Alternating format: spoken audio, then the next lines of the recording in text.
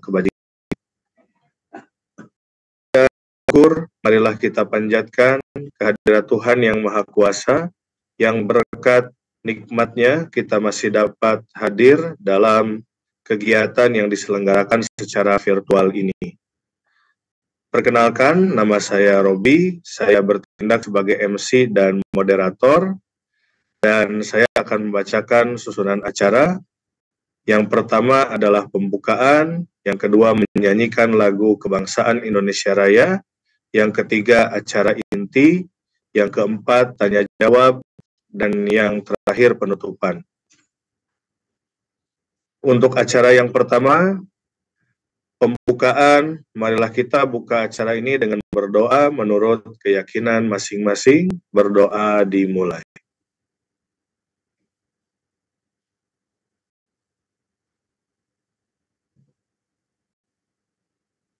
Berdoa selesai. Acara selanjutnya yakni menyanyikan lagu Kebangsaan Indonesia Raya. Hadirin dimohon untuk sikap sempurna.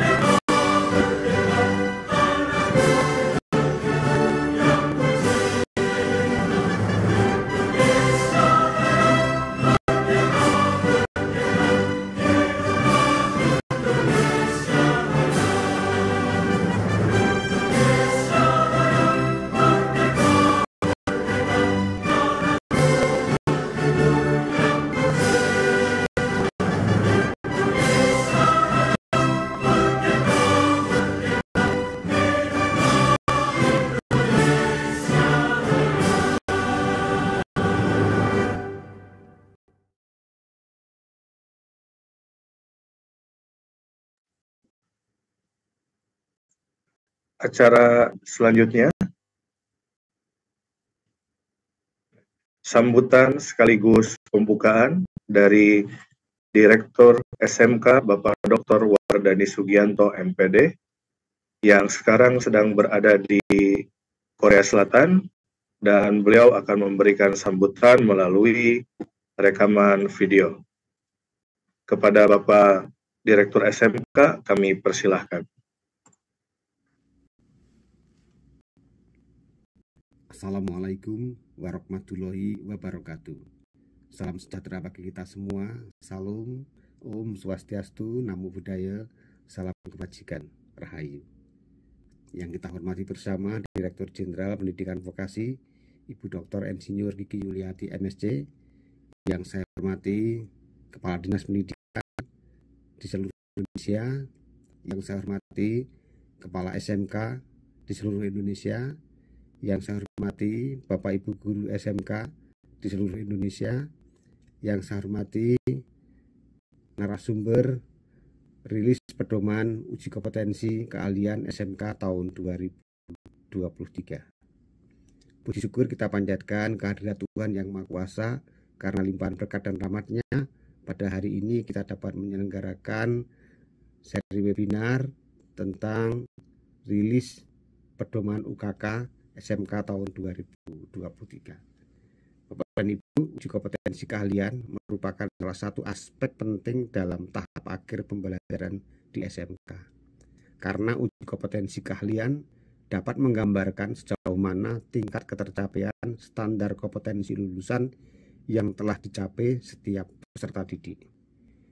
Dalam Peraturan Pemerintah Nomor 4 Tahun 2022 tentang perubahan atas Peraturan Pemerintah Nomor 57 Tahun 2021 tentang standar kompetensi lulusan pada satuan pendidikan menengah kejuruan, salah satunya difokuskan untuk meningkatkan kompetensi peserta didik agar dapat hidup mandiri melalui bekerja dan berwirausaha dan mengikuti pendidikan lebih lanjut sesuai dengan kejuruannya.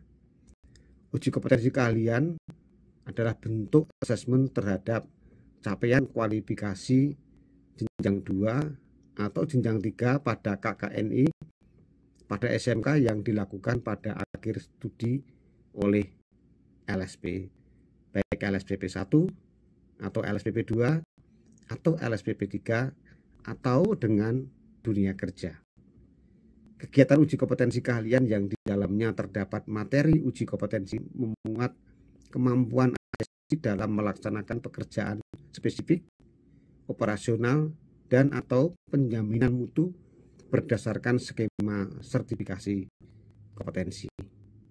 Sehingga diharapkan hasil uji kompetensi keahlian ini akan menjadi indikator ketercapaian standar kompetensi lulusan. Ada 3 pola pelaksanaan UKK, yaitu pelaksanaan UKK oleh dunia kerja atau asosiasi profesi, pelaksanaan UKK oleh SMK bersama dengan lembaga sertifikasi profesi LSPP 1, P2 atau P3. Yang ketiga, pelaksanaan UKK mandiri oleh SMK bersama dengan mitra dunia kerja. Pelaksanaan UKK oleh dunia kerja atau asosiasi profesi yaitu pelaksanaan UKK yang bekerja sama dengan dunia kerja atau asosiasi profesi yang telah mempunyai sistem sertifikasi tersendiri dan sepenuhnya dilaksanakan oleh dunia kerja tersebut. Yang kedua, pelaksanaan UKK oleh SMK bersama dengan LSP, yaitu pelaksanaan UKK yang secara keseluruhannya mengikuti tahapan yang ada di LSP sesuai dengan pedoman dari BNSP.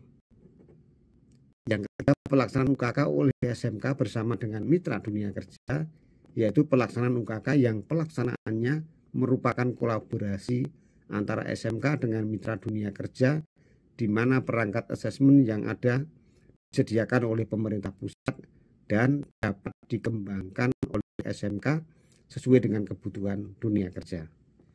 Satuan pendidikan dapat memilih salah satu dari 3 pola pelaksanaan uji kompetensi tersebut sesuai dengan kondisi satuan pendidikan masing-masing. Untuk memudahkan tercapaian tujuan dari pelaksanaan uji kompetensi ini, mari kita simak bersama. Adapun tujuan dari pelaksanaan uji kompetensi keahlian sebagai berikut. Yang pertama, mengukur pencapaian kompetensi peserta didik SMK yang telah menyelesaikan proses pembelajaran sesuai dengan kompetensi konsentrasi keahlian yang ditempuh dan dibuktikan dengan sertifikasi kompetensi. Yang kedua, mengoptimalkan pelaksanaan sertifikasi kompetensi yang berorientasi pada capaian kompetensi lulusan SMK sesuai kerangka kualifikasi nasional Indonesia. Yang ketiga, mendorong kerjasama SMK dengan dunia kerja dalam rangka pelaksanaan uji kompetensi sesuai dengan kebutuhan dunia kerja. Bapak Ibu, melalui rilis pelaksanaan UKK SMK tahun 2023 ini diharapkan dapat memberikan informasi, penguatan, dan pedoman bagi satuan pendidikan dalam pelaksanaan uji kompetensi keahlian sehingga kegiatan UKK dapat berlangsung dengan baik dan dapat meningkatkan kualitas lulusan SMK terserapan di dunia kerja. Bapak Ibu sekalian, marilah bersama-sama kita simak pemaparan pedoman uji kompetensi keahlian dengan baik. Semoga kegiatan ini dapat bermanfaat bagi kita semua. SMK bisa, SMK hebat, vokasi kuat. menguatkan Indonesia. Wassalamualaikum warahmatullahi wabarakatuh. Om Santi Santi Om. Namo Buddhaya.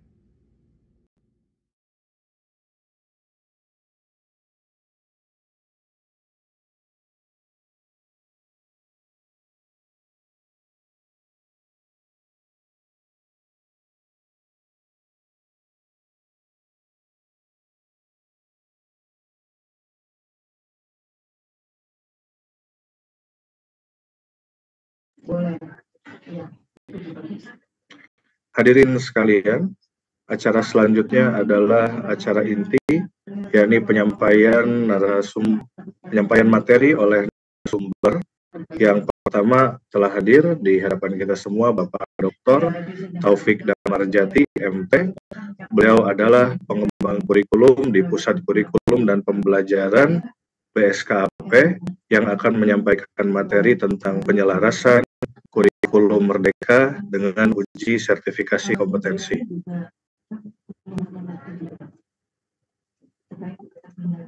Kepada Bapak Dr. Taufik Damarjati, kami persilahkan.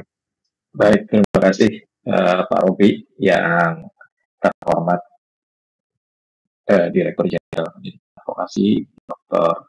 Insinyur Dede Yulianti, yang terhormat Bapak Wardani Sugianto selaku Direktur Sekolah Menengah Kejuruan, yang kami hormati Bapak Ibu perwakilan dari Dinas Pendidikan, dan juga Bapak Ibu guru serta seluruh kawan SMK dimanapun berada, bertemu kembali dengan saya di webinar terkait dengan uji kompetensi keahlian. Bapak Ibu yang kami hormati, mudah-mudahan Bapak Ibu sekalian selalu dalam keadaan yang sehat, walafiat, tak kurang suatu apapun. Sebelumnya saya mengucapkan Assalamualaikum warahmatullahi wabarakatuh. Selamat pagi, salam sejahtera untuk kita semua. Shalom, Om Swastiastu, Namo Buddhaya, salam kebajikan. Bapak Ibu yang kami hormati, mungkin langsung saja ya kita masuk ke dalam inti materi, karena di waktu Indonesia Timur ya, saudara-saudara kita di daerah paling timur Indonesia saat ini sebetulnya sudah mendekati waktu sholat Jumat ya. Yang mudah-mudahan dalam waktu yang singkat ini beberapa informasi bisa diterima secara langsung oleh saudara-saudara kita yang berada di wilayah paling timur Indonesia. Dan sekiranya nanti ada pertanyaan bisa disampaikan melalui saluran yang sudah disediakan oleh pihak penyelenggara webinar, sehingga nantinya bisa kita respon melalui webinar ini. Dan bagi Bapak Ibu yang tidak bisa mengikuti secara langsung, tentu webinar ini juga akan direkam dan ada di kanal Direktorat Sekolah Menengah Kejuruan Kemdikbudristek. Baik Bapak Ibu, langsung saja Bapak Ibu, saya share materi ya pada pagi hari ini. Sebetulnya ini saya harus berbagi jatah nih dengan Pak Ade nih, ya, luar biasa nih Pak Ade saat ini bisa hadir pada kesempatan kali ini dan pada tahun ini juga menggawangi untuk penyusunan ya, terutama penyusunan baik itu pedoman maupun instrumen uji kompetensi keahlian SMK tahun pelajaran 2023-2024. Baik Bapak Ibu, mungkin saya langsung masuk Bapak Ibu sekalian. Mungkin Bapak Ibu bertanya-tanya kenapa kok sosialisasi UKK-nya cepat banget gitu ya. Justru malah sebetulnya kalau menurut saya pribadi ya, pandangan saya pribadi sebetulnya agak terlambat karena kalau kita lihat sebagian besar dari SMK yang telah menerapkan kurikulum merdeka ya ini telah melaksanakan PKL ya telah merencanakan untuk melaksanakan PKL di semester 6, sehingga beberapa dari sekolah tersebut itu sudah mulai berancang-ancang untuk melaksanakan UKK di semester 5 seperti itu ya. Tentu kan kalau kita tarik mundur proses pelaksanaan UKK ini tidak langsung ujian ya, ada beberapa tahapan yang dilalui sampai nantinya sekolah siap melaksanakan uji kompetensi keahlian seperti itu ya. Selain itu juga di beberapa sekolah ya, selain yang menerapkan kurikulum merdeka, ini juga mengajukan bagaimana jika pelaksanaan uji kompetensi dilakukan tidak di semester akhir, semester 6 atau di akhir pembelajaran ya. Bagaimana kalau dilaksanakan pada semester ganjil? Itu mengingat mereka mengalami kesulitan dari sisi asesor ya, atau dari sisi penguji, terutama bagi sekolah-sekolah yang melaksanakan uji kompetensi dengan berbasis LSP gitu ya, karena asesor terbatas sehingga mereka butuh range waktu yang cukup panjang untuk melaksanakan uji kompetensi seperti itu ya. Kemudian yang terakhir adalah memang dalam pelaksanaan uji kompetensi keahlian tahun 2023-2024 ini ada beberapa improvement yang dilakukan oleh penyelenggara, khususnya dari Direktorat SMK. Ya, ini luar biasa sekali. Saya sangat mengapresiasi langkah improvement yang dilakukan. Tentu improvement yang dilakukan ini dalam rangka meningkatkan mutu atau kualitas dari pelaksanaan uji kompetensi keahlian, sekaligus juga meningkatkan kebermaknaan dari pelaksanaan uji kompetensi keahlian tersebut. Baik Bapak Ibu, kalau kita singgung mengenai hubungan antara kurikulum dan uji kompetensi keahlian ya, dengan uji kompetensi, tentu kita tidak bisa lepaskan dari konsep backward design ya, di mana kurikulum dan juga proses pembelajaran yang dilakukan di sekolah ini dilaksanakan atau dikembangkan dengan metode terbalik. Artinya dikembangkan dari kebutuhan dunia kerja ya, khususnya di SMK ya. Jadi kita melihat dari kebutuhan dunia kerjanya seperti apa, kemudian kita tarik ke belakang ya, ke dalam competency based certification, ditarik lagi ke belakang menjadi competency based curriculum, dan ditarik lagi ke dalam competency based training and learning and training or learning and assessment. Artinya memang pembelajaran dan kurikulum ini didesain menyesuaikan dengan kebutuhan dunia kerja, atau yang sebelumnya kita kenal dengan demand driven curriculum. Seperti itu. Nah, adapun dari competency based training and learning ini ya, atau learning atau pembelajaran di sekolah, tentu hasil atau bukti pembelajaran yang telah dihasilkan oleh peserta didik bisa saja nantinya digunakan sebagai bahan dalam misalnya pelaksanaan sertifikasi. Ya, tentu ada kriteria tertentu ya, kapan bukti-bukti pembelajaran itu dapat digunakan dalam pelaksanaan sertifikasi ya, atau kita kenal dengan quality evidence atau bukti yang berkualitas. Yang kita kenal ada 4 prinsip dari quality evidence, yaitu valid ya, artinya sesuai dengan unit-unit kompetensi dalam sertifikasi, kemudian terkini, artinya memang betul-betul hasil yang terbaru gitu ya, bukan 10 tahun yang lalu, bukan 20 tahun yang lalu, seperti itu ya. Kemudian asli, memang itu dihasilkan oleh peserta didik dan dapat dibuktikan gitu ya. Artinya memang validitasnya keasliannya ini bisa dipertanggungjawabkan. Dan juga memadai ya, bukti-bukti yang diberikan pun juga harus memadai. Artinya tidak cuma 40% atau 30% atau mungkin buktinya tidak terbaca seperti itu. Ya, atau mungkin videonya misalnya ketika itu berupa video ini tidak bisa dibuka dengan layak misalnya, atau resolusinya terbatas sehingga wajahnya si peserta uji atau wajahnya peserta didik ini tidak terekam dengan baik. Nah, ini juga yang menjadi bagian dari quality evidence ya, seperti itu. Nah, kalau kita bicara lebih dalam lagi dalam pengembangan kurikulum berbasis kompetensi ya, ini yang alur tadi ya, backward design di bagian atas, maka kita bisa uraikan bahwa di dalam penyusunan capaian pembelajaran dalam kurikulum, khususnya kurikulum merdeka, ini memang disandarkan atau direferensikan dari analisis tugas pada jabatan kerja atau berdasarkan skema sertifikasi yang berlaku dengan merujuk pada standar kompetensi yang dirujuk pada skema sertifikasi atau peta okupasi tersebut. Seperti itu. Jadi kalau misalnya Bapak Ibu melaksanakan pembelajaran dengan basis pada capaian pembelajaran atau mungkin sebelumnya juga beberapa kompetensi dasar pada kurikulum 2013 juga merujuk pada skema sertifikasi, maka sejatinya proses pembelajaran tersebut akan align atau akan selaras dengan pelaksanaan sertifikasi seperti itu ya. Jadi kurikulumnya sudah selaras dengan pelaksanaan sertifikasi. Nah, tentu perangkat ajar yang dikembangkan oleh satuan pendidikan juga harus selaras dengan capaian pembelajaran. Nah, ini umpan baliknya atau arah mundurnya seperti ini. Kemudian arah majunya dari pembelajaran ya, ini diwujudkan dalam bentuk uji kompetensi, di mana uji kompetensi tadi akan menghasilkan sertifikat ya, baik itu sertifikat kompetensi maupun kredensial lainnya. Ya, kredensial ini bentuknya bisa macam-macam karena kredensial itu adalah bukti pencapaian kompetensi ya dari peserta uji.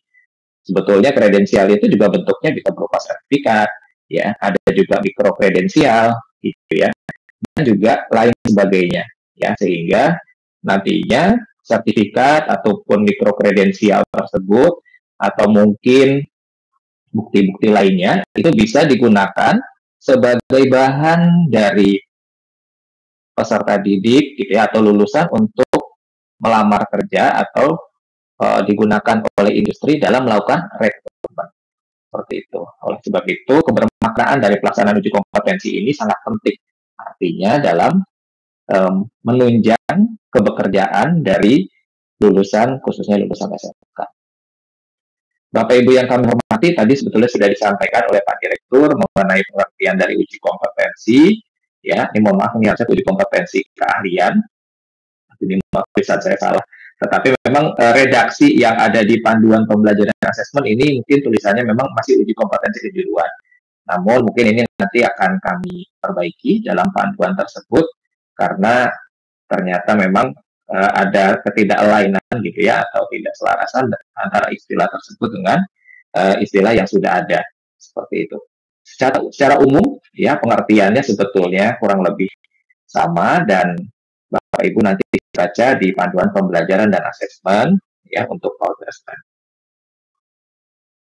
Nah, adapun untuk pelaksanaan uji kompetensi tersebut ya pada klausul nomor 2 ini dapat memperhitungkan paspor keterampilan atau skill paspor yang diperoleh pada tahap pembelajaran sebelumnya. Artinya dalam pelaksanaan uji kompetensi Bapak Ibu tidak harus melakukan pengujian secara menyeluruh gitu sepanjang portofolio yang dihasilkan oleh peserta didik pada proses pembelajaran dapat memenuhi kaidah quality evidence tadi. Ya, artinya kalau bukti-buktinya betul-betul berkualitas, relevan dengan paket ujian yang diambil, maka sebetulnya pelaksanaan uji kompetensi kalian tadi bisa disederhanakan. Ya, bisa disederhanakan.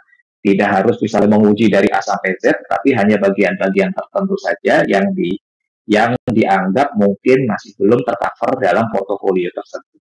Atau dapat melakukan uji konformitas gitu ya, melalui pemberian misalnya ujian teori.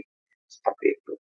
Nah, teknik yang digunakan tentu dapat berupa observasi, demonstrasi, tes lisan, tes tulis, dan atau portofolio, sesuai dengan prosedur yang ditetapkan oleh dunia kerja, LSP, dan atau PTUK. Jadi ini tergantung dari prosedur yang ditetapkan pada pelaksanaan atau pola pelaksanaan uji kompetensi keahlian. Adapun hasil uji kompetensi adalah predikat capaian kompetensi sebagaimana ditetapkan oleh penyelenggara uji kompetensi dan sertifikat keahlian untuk menghadapi dunia kerja. Nah, kalau kita bicara mengenai uji kompetensi keahlian sebagaimana tadi juga disampaikan oleh Pak Direktur gitu ya, bahwa uji kompetensi keahlian ini merupakan bentuk asesmen ya. Maka Bapak Ibu dalam pengembangannya dan juga pelaksanaannya tidak bisa lepas dari prinsip asesmen yang telah disesuaikan atau telah dirilis ya berdasarkan prinsip dalam kurikulum Merdeka. Ya, adapun beberapa prinsip asesmen yang dirujuk, yang pertama adalah asesmen merupakan bagian terpadu dari proses pembelajaran fasilitasi pembelajaran, dan penyediaan informasi yang holistik. Kemudian dirancang dan dilakukan sesuai dengan fungsi asesmen, ya, serta memiliki keleluasaan untuk menentukan teknik dan waktu pelaksanaan. Nah, oleh sebab itulah kenapa kami tidak membatasi pelaksanaan waktu asesmen gitu pada waktu yang singkat gitu ya. Maka kami beri range cukup panjang seperti itu, khususnya untuk pelaksanaan uji kompetensi keahlian. Dan juga untuk uji kompetensi keahlian ini dirancang sesuai dengan fungsinya. Ketika memang dirancang untuk misalnya mengetahui capaian kompetensi siswa di akhir, maka tentu perancangannya menyesuaikan dengan fungsi tersebut. Nah, kemudian juga pelaksanaan asesmen ini harus adil, proporsional, valid, dan dapat dipercaya. Ya, begitu juga dengan bukti-bukti berkualitas yang tadinya disediakan dalam pelaksanaan uji kompetensi keahlian ini harus memenuhi prinsip-prinsip tersebut.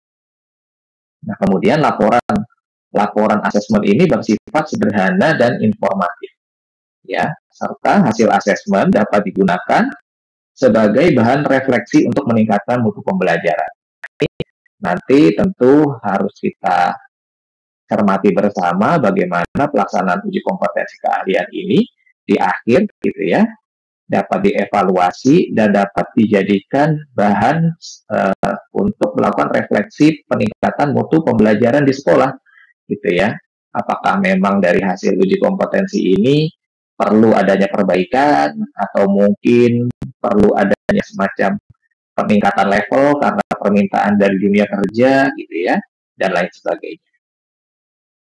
Nah, Bapak Ibu, terkait dengan sasaran ya, tentu pelaksanaan uji kompetensi ini menyasar seluruh peserta didik di SMK.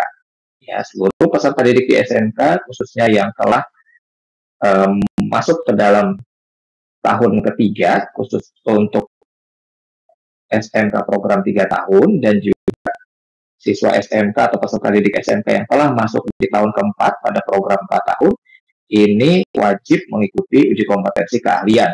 Ya. Kemudian juga nanti diharapkan dari uji kompetensi keahlian tersebut dapat diterbitkannya sertifikat kompetensi ya bagi seluruh peserta UKK, tentu dengan catatan yang dinyatakan kompeten. Adapun pola pelaksanaan UKK masih sama seperti tahun-tahun sebelumnya, ada 3 pola.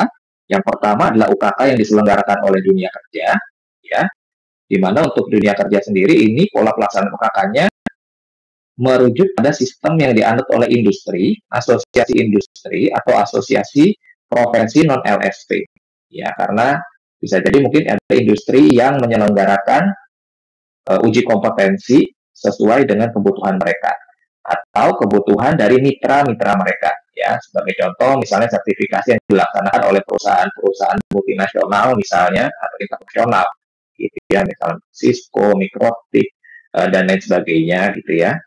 Itu juga termasuk ke dalam sertifikasi atau kompetensi dunia kerja. Nah, kemudian yang berikutnya adalah LSP. Nah, LSP ini juga sebenarnya termasuk dengan PT UKA juga ya, LSP dan atau PT UKA. Ini merujuk pada peraturan BNSP. Nanti Pak Adi ini bisa menjelaskan secara lebih detail, atau misalnya ada pertanyaan-pertanyaan dari Bapak Ibu yang mengikuti webinar ini mungkin bisa direspon juga oleh Pak Adi berkaitan dengan penyelenggaraan uji kompetensi melalui LSP dan atau PT UKA. Kemudian yang ketiga adalah satuan pendidikan. Ya, pola pelaksanaannya dilakukan oleh satuan pendidikan ini secara mandiri. Ya, ini menggunakan peraturan atau pedoman yang dikeluarkan oleh Kemendikbudristek. Akan pedoman ini, ya, karena di dalam pedoman ini ada klausul-klausul yang memang betul-betul mendetilkan pelaksanaan uji kompetensi keahlian melalui jalur mandiri atau pola mandiri ini. Nah, hasil dari pelaksanaan uji kompetensi keahlian sebagaimana tadi disampaikan bisa berupa sertifikat atau kredensial lainnya dan atau nilai mata pelajaran. Ya. Nah, tahapan pelaksanaannya secara umum ya diawali dengan perencanaan, kemudian ada verifikasi kelayakan, pelaksanaan pengujian, dan juga tindak lanjut, di mana dalam pelaksanaannya secara umum ini harus ada pemantauan ya oleh pihak-pihak terkait untuk menjamin mutu atau kualitas dari pelaksanaan uji kompetensi keahlian tersebut. Pada tahap perencanaan, kita awali dengan pengembangan peran uji, penjadwalan, penugasan penyelenggara dan asesor, ya, penyiapan sarana dan prasarana tempat uji kompetensi, seperti itu. Di pengujian ini pendaftaran, pelaksanaan asesmen, dan juga pengolahan hasil. Nah, untuk tindak lanjut, ini penerbitan sertifikat, laporan, dan pemetaan mutu dan perumusan kebijakan sebagai hasil dari evaluasi pelaksanaan uji kompetensi. Dan ini berlaku sebetulnya untuk semua moda atau pola pelaksanaan. Nah, untuk perangkat uji kompetensi keahlian mandiri, ya, ini saat ini masih sama seperti tahun-tahun sebelumnya, ya, ada 3 besaran. Yang pertama adalah instrumen verifikasi, kemudian instrumen soal, dan juga pedoman, kalau dulu namanya pedoman penilaiannya, atau sekarang dikenal dengan pedoman asesmen UKK. Seperti itu. Di mana untuk instrumen soal ini ada soal praktik dan soal teori. Nah, di sini ada tanda bintangnya nih. Ya, tanda bintang 1 ya. Perangkat uji kompetensi keahlian mandiri ini merupakan standar minimum sehingga dapat dimodifikasi dengan level yang lebih tinggi oleh satuan pendidikan bersama mitra dunia kerja. Kemudian yang bintang 2, instrumen verifikasi ini digunakan oleh dinas pendidikan sesuai kewenangannya. Yang ketiga, ya, bintang 3, ini yang soal teori, ini dikembangkan oleh asesor atau penguji. Nah, ini sebetulnya sudah ada contoh yang kami berikan, tetapi tentu Bapak Ibu asesor nanti di lapangan bisa mengembangkan instrumen soal teori ini menyesuaikan dengan kebutuhan pelaksanaan uji kompetensi keahlian dan juga kondisi dari peserta didik atau peserta uji. Nah, kemudian untuk instrumen verifikasi, ini perubahan yang terjadi dari lama dan baru, ya. Kalau yang lama ini kita scoringnya ada skala 1 sampai 3, layak, belum layak, mohon maaf nih, agak kurang ya, belum layak, layak, dan sangat layak. Ya, untuk skor 1, layak, kemudian cukup layak gitu ya, dan sangat layak. Kemudian kalau untuk yang baru ini belum sesuai dan sesuai, ya. Sedangkan untuk rekomendasi akhir, kalau untuk yang lama ini sangat layak, layak dan belum layak. Kalau untuk yang baru ini layak, belum layak, dan layak bersyarat. Ya, jadi ini ada sedikit perbedaan. Ya, artinya ini ada penyederhanaan. Ya, kalau dulu masih pakai skala 1 sampai 3, sekarang 1 dan 2 saja. Sesuai. Seperti itu. Nah, kemudian untuk instrumen soal teori, di perangkat yang lama ini hanya elemen kompetensi dan soal saja. Jadi ada kisi-kisinya, kemudian ada elemen dan soal saja, seperti itu. Elemen kompetensi yang diukur dalam pelaksanaan uji kompetensinya apa, kemudian soal teorinya apa, gitu ya. Sedangkan kalau yang baru ini dilengkapi dengan checklist 5 dimensi kompetensi. Nah, ini mungkin ada sesuatu yang baru juga yang barangkali nanti Bapak Ibu bisa pelajari bersama, ya, di mana ada 5 dimensi kompetensi. Jadi bukan 5 aspek kompetensi yang pengetahuan, keterampilan, dan sikap, tetapi 5 dimensi kompetensi di sini adalah task skill, ya, atau kemampuan melaksanakan tugas-tugas pokok, task management skill, atau kemampuan mengelola sejumlah tugas yang berbeda dalam satu pekerjaan, contingency management skill, kemampuan merespon dan mengelola ketidakteraturan dan masalah-masalah dalam pekerjaan rutin, job atau role environment skill, ya, kemampuan menyesuaikan dengan tanggung jawab dan harapan lingkungan kerja, dan transfer skill, kemampuan beradaptasi dengan lingkungan maupun alat yang baru, seperti itu. Nah, ini nanti ada contohnya, ya, ada contoh dari tadi yang 5 tadi, ya. Ini tadi saya sempat buat, tapi tadi kebetulan ke hide, nanti mungkin saya coba on-cut lagi. Nah, kemudian yang berikutnya adalah perubahan perangkat uji UKK mandiri pada pedoman asesmennya, ya, pada pedoman asesmen atau pada PPSP-nya. Yang pertama adalah untuk struktur, ya. Kalau yang lama ini terpisah antara soal pengetahuan dan keterampilan. Kalau yang baru ini untuk keterampilan dan pengetahuannya ini terintegrasi di dalam satu lembar penilaian. Artinya tidak dipisahkan lagi misalnya elemen yang diketahuan seperti apa, elemen yang keterampilan seperti apa. Dan ini memang selaras dengan semangat kurikulum merdeka yang mana menyajikan kompetensi ini secara terpadu. Nah, kemudian capaian kompetensi per elemen ini sebelumnya ada rentang skornya 0 sampai 3. 0 belum kompeten, 1 cukup, kemudian 2 ini baik gitu ya, 3-nya sangat baik. Nah, untuk yang baru ini hanya 2 saja. Jadi ada penyederhanaan, ini lebih sederhana. Hanya belum kompeten dan kompeten saja. Gitu.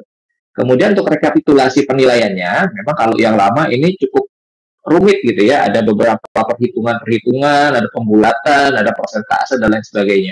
Itu ada bobot. Nah, sedangkan kalau untuk yang baru ini disederhanakan hanya dengan kriteria kesimpulan. Ya, sedangkan yang terakhir adalah untuk rubrik. Untuk yang lama ini ada indikator pencapaian elemen berupa kriteria juga.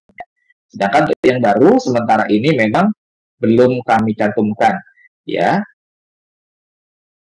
kami bersandar pada kemampuan asesor untuk melakukan judgement seperti itu. Namun begitu, jika misalnya Bapak Ibu ingin mengetahui sebetulnya indikator dari elemen ini apa sih, gitu ya, Bapak Ibu mungkin bisa melihat soal uji kompetensi keahlian yang tahun sebelumnya, tahun lalu, gitu ya, di mana ada beberapa elemen yang barangkali tidak berubah, gitu ya, tidak berubah penilaiannya dari tahun lalu ke tahun yang ini.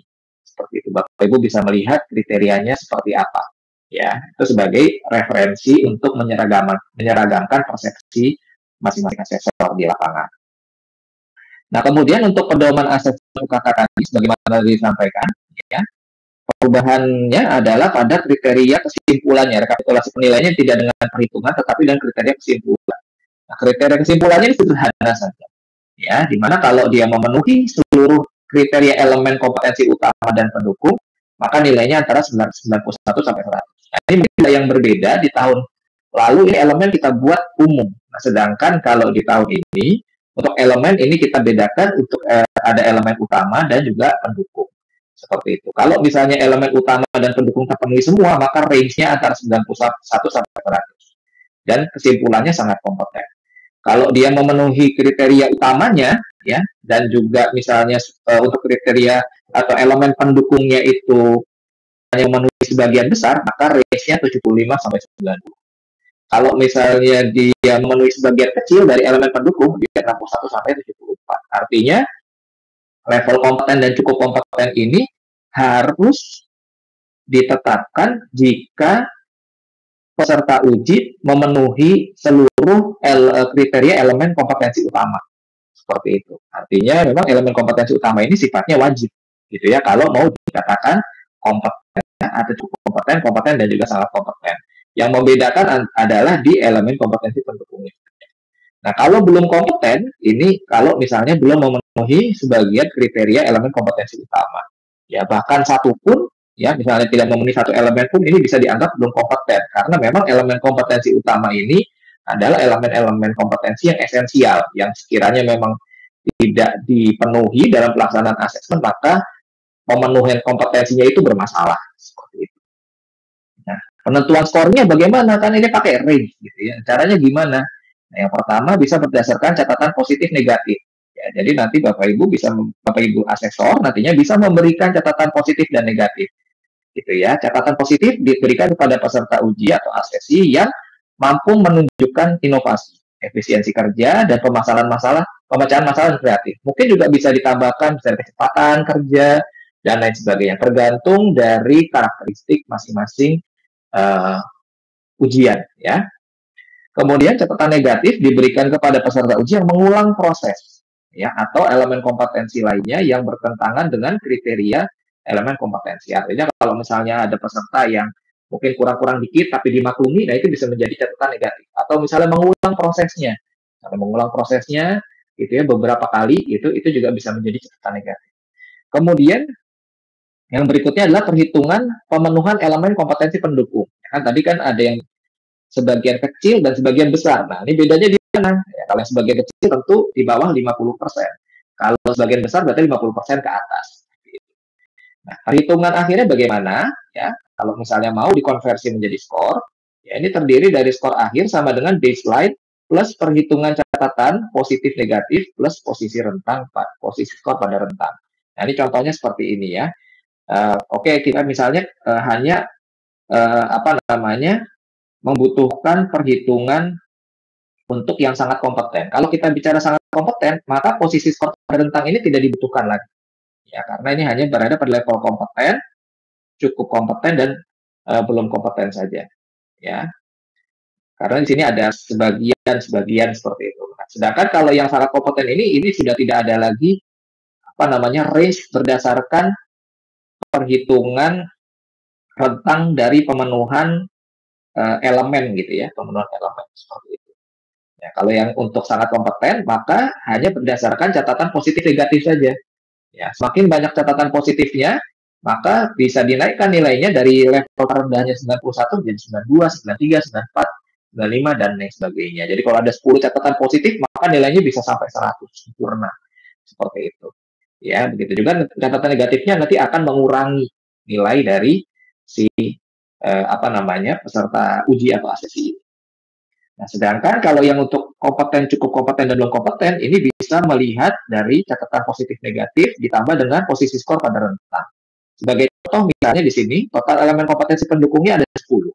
Nah, yang terpenuhi ini ada 8, artinya 80%. Maka kesimpulannya, dia kompeten, karena sebagian besar ya, di atas 50%. Nah, ketika kita hitung, gitu ya, ketika kita hitung posisi skor pada rentang, kita perlu melihat range-nya berapa? Range untuk yang kompeten ini ada 16 poin, 75 sampai 90. 16 poin ya, 75 sampai 90. Maka posisi skor pada rentang adalah 16 dikali 80%. Ya, karena dia memenuhi 80% dari elemen kompetensi pendukung. Nah, berarti totalnya sekitar 12,8 setelah dikalikan atau dibulatkan menjadi 13.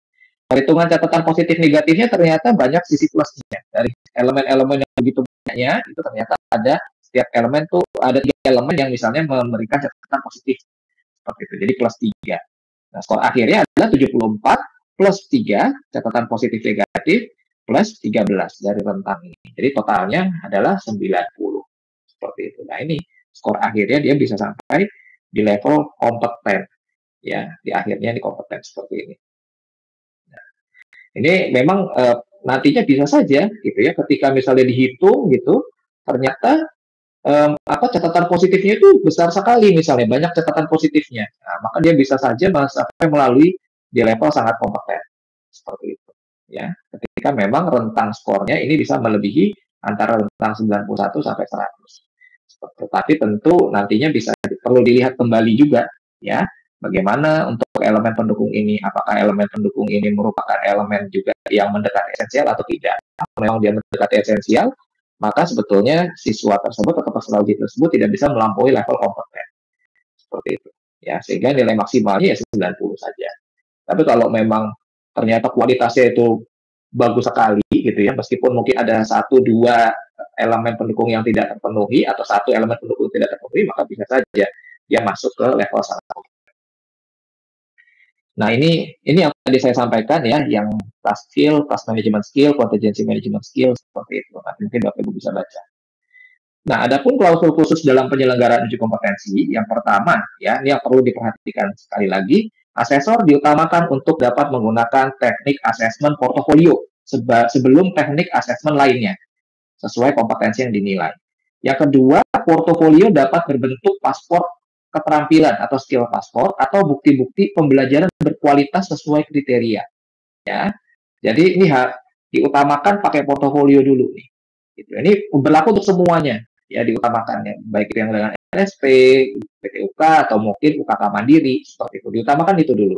Kalau misalnya portofolio masih belum bisa gitu, atau misalnya Bapak Ibu mengharapkan dengan demonstrasi seperti itu ya silakan saja. Gitu. Tetapi diutamakan dengan teknik portofolio karena memang kita tidak bisa mengesampingkan proses belajar yang dilakukan oleh anak selama 2-3 tahun gitu ya, di mana barangkali dalam perjalanannya anak-anak sudah bisa menghasilkan produk-produk atau bukti-bukti berkualitas yang relevan dengan penugasan pada uji kompetensi kakaknya.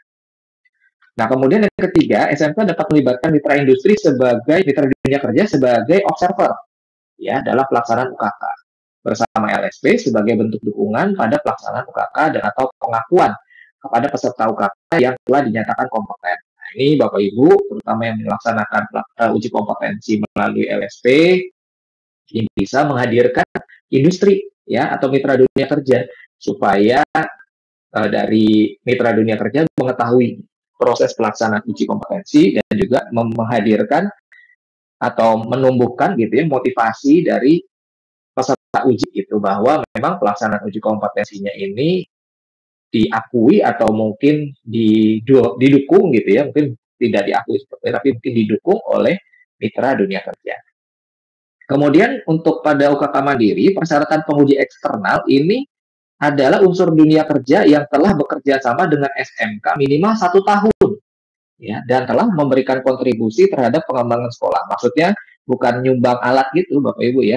Misalnya termasuk di dalamnya mungkin ada guru tamu atau mungkin pelaksanaan PKL ya, di komponen link and match ya, 8 meski seperti itu. Itu yang sudah masuk ke dalam kontribusi ya, termasuk penjelasan kurikulum gitu.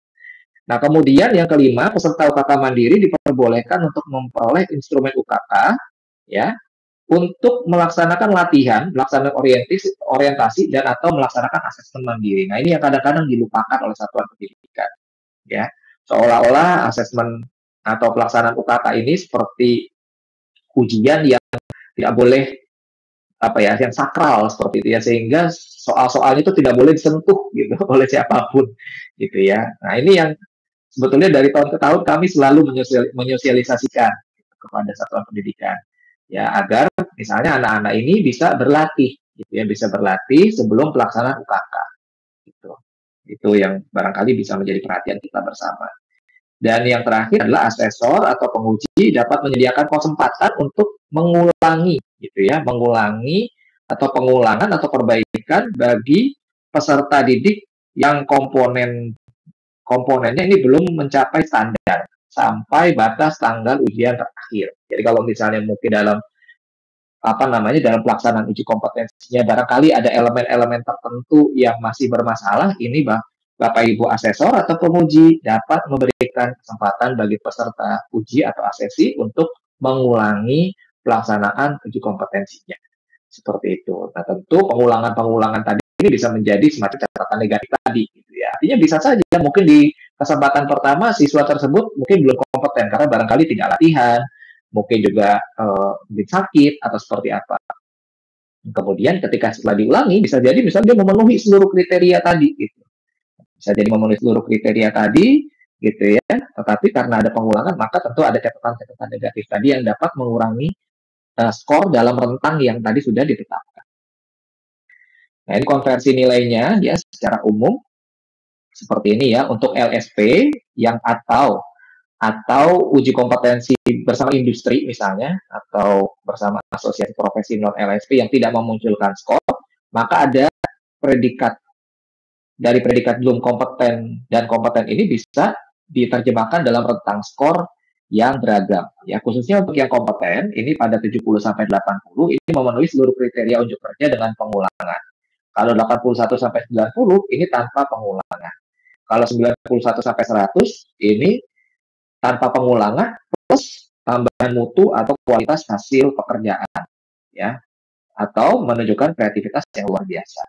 Untuk UKK Mandiri ini sebagaimana tadi disampaikan ada rentangnya kurang dari 61 belum kompeten, 61 sampai 74 cukup kompeten, 75 sampai 90 kompeten, dan 90 sampai 100 sangat kompeten.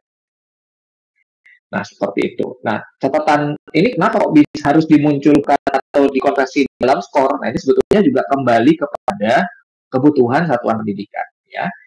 Bagi satuan pendidikan yang ingin misalnya memperhitungkan UKK ini ke dalam nilai rapor atau misalnya nilai ijazah, tentu ini harus dikonversi menjadi skor. Seperti itu.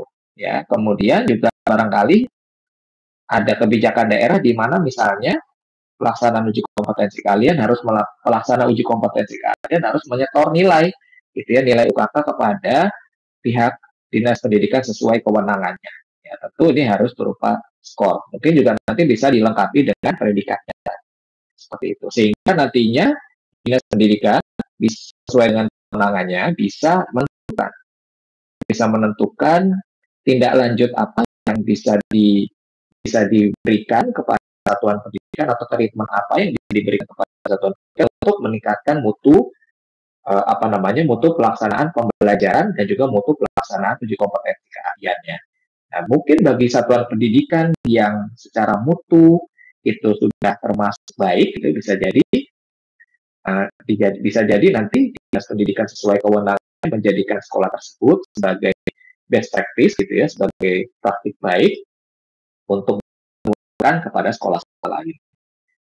Sertifikat ya ada 3 jenis, ada sertifikat logo Garuda Pancasila, ya kemudian dunia kerja, berlogo dunia kerja atau asosiasi profesi, dan juga sertifikat berlogo Tuturi Handayani. Ya, sertifikat kompetensi hanya diberikan pada peserta UKK yang dinyatakan kompeten. Nah, yang kompeten ini range-nya dari cukup kompeten, kompeten, dan sangat kompeten. Ya, yang ada kata-kata kompeten. Kalau belum kompeten, maka tidak diberikan sertifikat kompetensi. Ini khusus yang UKK mandiri. Kalau yang UKK dengan LSP, PTUK, atau misalnya dengan industri, tentu mungkin keterangannya hanya kompeten dan belum kompeten saja. Nah, kemudian setiap sertifikat kompetensi harus memenuhi kaidah mampu telusur. Sehingga kalau misalnya nanti ada komplain atau mungkin dari pihak dunia kerja ingin menelusuri sebetulnya sejauh mana kevalidan dari sertifikat kompetensi ini, tentu sekolah gitu ya bisa menerbitkan sertifikat ini dengan kemampuan mampu telusurnya. Jadi kodenya itu memang harus ada, harus jelas gitu ya, supaya nantinya ketika ditelusuri itu nomor sertifikat ini bisa dilacak gitu, siapa pemegangnya, apa jenis sertifikat, apa paket yang diambil atau kompetensi apa yang dia kuasai seperti itu. Ya. Nah, jadwal pelaksanaan sebagaimana tadi disampaikan dilangsungkan pada awal semester ganjil sampai dengan akhir tahun pelajaran 2023-2024 sebelum pengumuman kelulusan peserta didik. Ya, sebetulnya ini bisa dilaksanakan di awal semester 5, tetapi tentu dengan catatan di awal tadi, sepanjang satuan pendidikan tadi telah memampukan peserta didiknya pada kompetensi-kompetensi yang dibutuhkan dalam pelaksanaan ujian. Artinya memang peserta didiknya harus sudah memenuhi persyaratan, sudah memiliki kompetensi sebagaimana yang diujikan. Seperti itu. Pembiayaannya ini melalui bantuan operasional sekolah atau BOS atau bantuan lain yang relevan, dengan tetap membuka ruang kontribusi bagi pemerintah daerah, dunia kerja, BNSP, dan atau unsur lainnya sebagai ketentuan perundangan. Demikian Bapak Ibu yang dapat kami sampaikan. Mohon maaf Bapak Ibu sekalian, khususnya yang berada di wilayah paling timur Indonesia. Penjelasan saya barangkali mungkin sudah melampaui waktu yang Bapak Ibu sediakan untuk menyimak paparan ini. Mudah-mudahan informasi yang saya sampaikan bisa bermanfaat ya, dan bagi Bapak Ibu dan juga barangkali kawan SMK lainnya yang ingin mengajukan pertanyaan, nanti bisa diajukan melalui saluran yang telah disediakan oleh pihak penyelenggara. Demikian Bapak Ibu, mohon maaf jika ada kata-kata yang kurang berkenan. Terima kasih atas perhatiannya. Billahi taufiq wal hidayah. Wassalamualaikum warahmatullahi wabarakatuh. Salam sejahtera untuk kita semua. Om Shanti, Shanti, Shanti Om. Namo Buddhaya, salam kebajikan, rahayu. Saya kembalikan kepada Pak Robi selaku pembawa acara.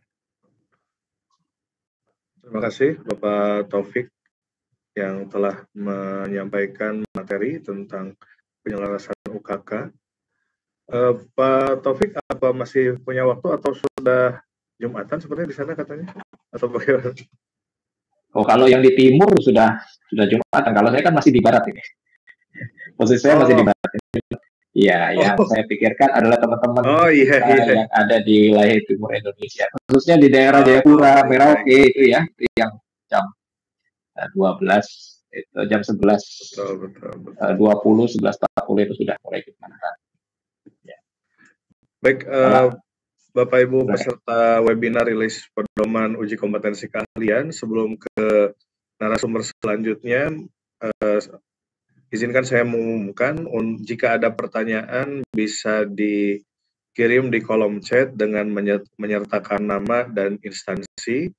Kemudian tujuan pertanyaannya nanti untuk siapa, dan untuk link ada beberapa tautan. Yang pertama ada tautan post test, yang kedua ada tautan materi, dan yang ketiga ada tautan unduh sertifikat. Itu juga akan kami tampilkan nanti di link, jadi bisa diklik oleh Bapak dan Ibu, dan untuk sertifikat hanya didapatkan bagi yang mengisi registrasi dan post-test saja. Baik, untuk selanjutnya kami persilahkan kepada Bapak Ade Hermawan Zulkarnain, MKom, yang beliau adalah Ketua LSPP 1 SMKN 2 Cikarang Barat, dan beliau akan menerangkan mungkin lebih teknis lagi terkait dengan pedoman uji kompetensi keahlian tahun 2023. Kepada Bapak Ade, kami persilahkan. Terima kasih Pak Rofi. Assalamualaikum warahmatullahi wabarakatuh.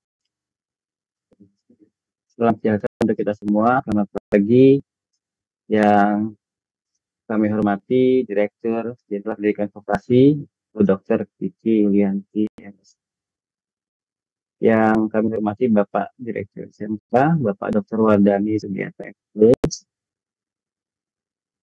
yang kami hormati Bapak Ibu para Dinas Pendidikan provinsi di seluruh Indonesia atau yang mewakili, yang kami hormati Pak Dr. Taufik Nurjati MD selaku perwakilan dari KP yang tadi telah menjelaskan yang cukup detail. Yang kami hormati Bapak Ibu Kepala SMK seluruh Indonesia atau yang mewakili, Bapak Ibu Ketua LSPP 1 SMK dan penanggung jawab kegiatan uji kompetensi keahlian di seluruh Indonesia.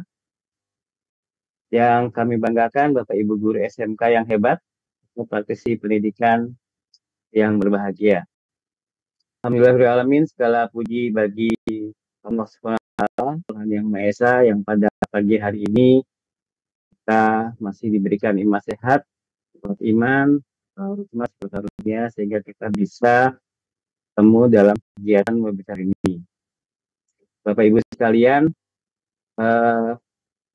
tadi sebenarnya sudah cukup jelas sekali untuk pelaksanaan UPASA yang dijelaskan oleh Pak Taufik tadi berkaitan dengan regulasi, pola pelaksanaan, dan lain sebagainya. Izinkan saya nanti mencoba untuk menguatkan dan melengkapi pada bagian pola pelaksanaannya, baik kita menggunakan pola pelaksanaan dengan dunia kerja atau asosiasi profesi yang non-LSP.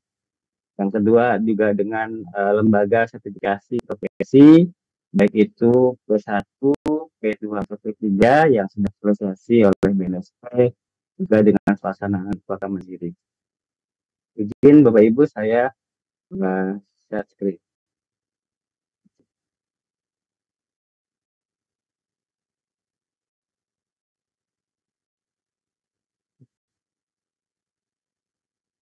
Baik, Bapak Ibu, apakah sudah terlihat ya gambar saya? Baik, latar belakang tadi juga sudah dijelaskan oleh Pak Direktur, Pak Wardani Sugiarto, SPD, dan Pak Taufik, bahwa salah satu bagian penting dalam rangka pencapaian akhir pendidikan SMK adalah uji kompetensi keahlian. Hal ini akan memberikan kepastian kepada peserta didik, ya, apakah dia kompeten atau belum kompeten. Yang tentu saja nanti ketercapaiannya akan selaras dengan kebutuhan yang ada di dunia usaha atau dunia industri atau dunia media. Regulasi perundang-undangan sebetulnya sekali, nanti Ibu bisa melihat kita. Kemudian tadi juga sudah dijelaskan oleh Bapak Direktur, tujuan juga tadi dilengkapi dan dikuatkan oleh Pak Taufik, bahwa untuk tujuan dari penyelenggaraan UPK ini ada 3, dimulai pencapaian kompetensi, optimalkan, kemudian mendorong kerjasama antara SMK dengan dunia kerja. Bapak Ibu sekalian, dan juga sudah dijelaskan oleh Pak Taufik juga untuk sasarannya hampir sama. Ya, uji kompetensi ini bagi peserta didik ya kelas 12 program 3 dan 4 tahun yang telah menuntaskan materi pembelajaran atau capaian pembelajaran baik itu untuk program 3 tahun dilaksanakan semester 5 dan 6 atau di program 4 tahun dilaksanakan pada semester 7 dan 8.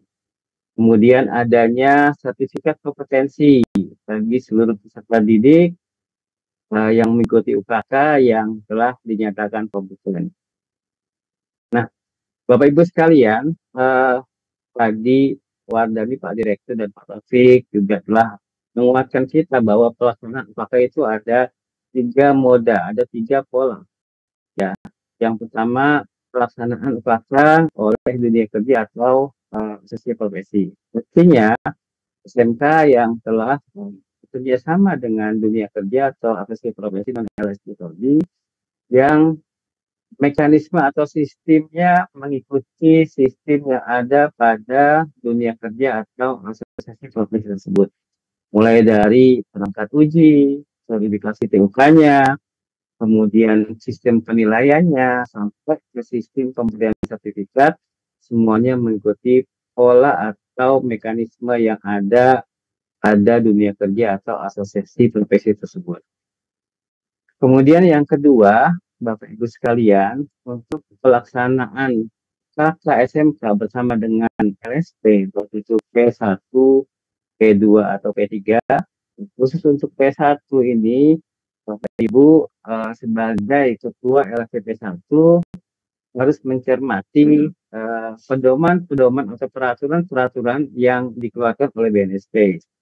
Kita sama-sama ketahui bahwa untuk LSP 1 ada peraturan BNSP nomor 1 tahun 2017 yang tentang pedoman pelaksanaan sertifikasi kompetensi bagi lulusan SMK. Ini perlu menjadi satu acuan bersama agar nanti Bapak Ibu sebagai ketua LSP punya dasar, punya acuan sehingga dapat melaksanakan uji pelaksanaan kompetensi keahlian oleh LSP itu bisa berjalan dengan baik.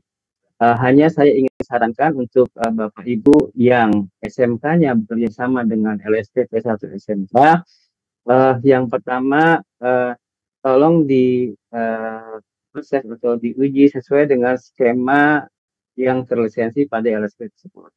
Jangan sampai ada LSP P1 SMK yang menguji atau mengakses itu skemanya bukan skema yang terlisensi oleh LSP tersebut.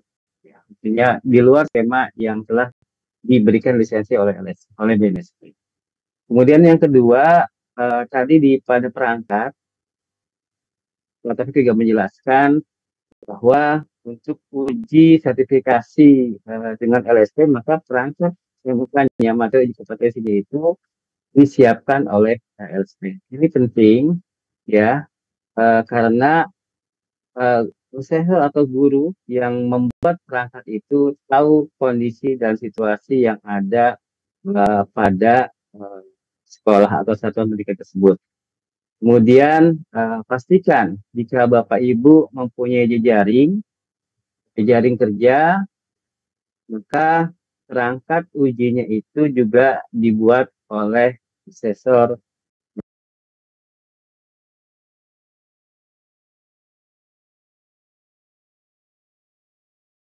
dari jaring kerja tersebut. Artinya ya sah-sah saja kalau misalkan jejaring itu menggunakan perangkat yang ada pada LSP induknya atau sekolah induknya ya, tetapi hal ini kalau mempunyai proses pembelajaran menggunakan alat yang sama, bahan yang sama itu dimaklumi. Tapi kalau pembelajarannya menggunakan alat yang berbeda itu juga sangat riskan nanti bagi siswa atau dari ASESI SMK jejaring tersebut. Kemudian juga tadi juga Pak Taufik menjelaskan asesor tiap LSP pasti punya asesor. Begitupun dengan SMK jejaring itu diupayakan dan diusahakan itu punya asesor. Karena dengan adanya asesor dari SMK Jejaring, maka tadi perangkat ujinya, materi uji kompetensinya dapat menyesuaikan dengan kondisi situasi yang ada pada LSP masing-masing. Kemudian Bapak Ibu sekalian yang berbahagia, kalau yang usaha mandiri oleh SMK bersama dengan Mitra Dunia Kerja, tadi sudah dijelaskan secara detail, secara luas, secara jelas oleh Pak Taufik, ya, baik dari itu instrumen soalnya, kemudian tata cara penilaiannya, kemudian indikator penilaiannya seperti apa. Mudah-mudahan Bapak Ibu sekalian yang melaksanakan paksa dengan pola mandiri ini bisa melaksanakan dengan baik. Oleh sebab itu, tadi juga ditekankan oleh Direktur Bapak Wardani, SMK itu boleh memilih dari 3 pola yang ada. Mau melaksanakan PK dengan dunia kerja, dengan LSP, atau dengan PK mandiri.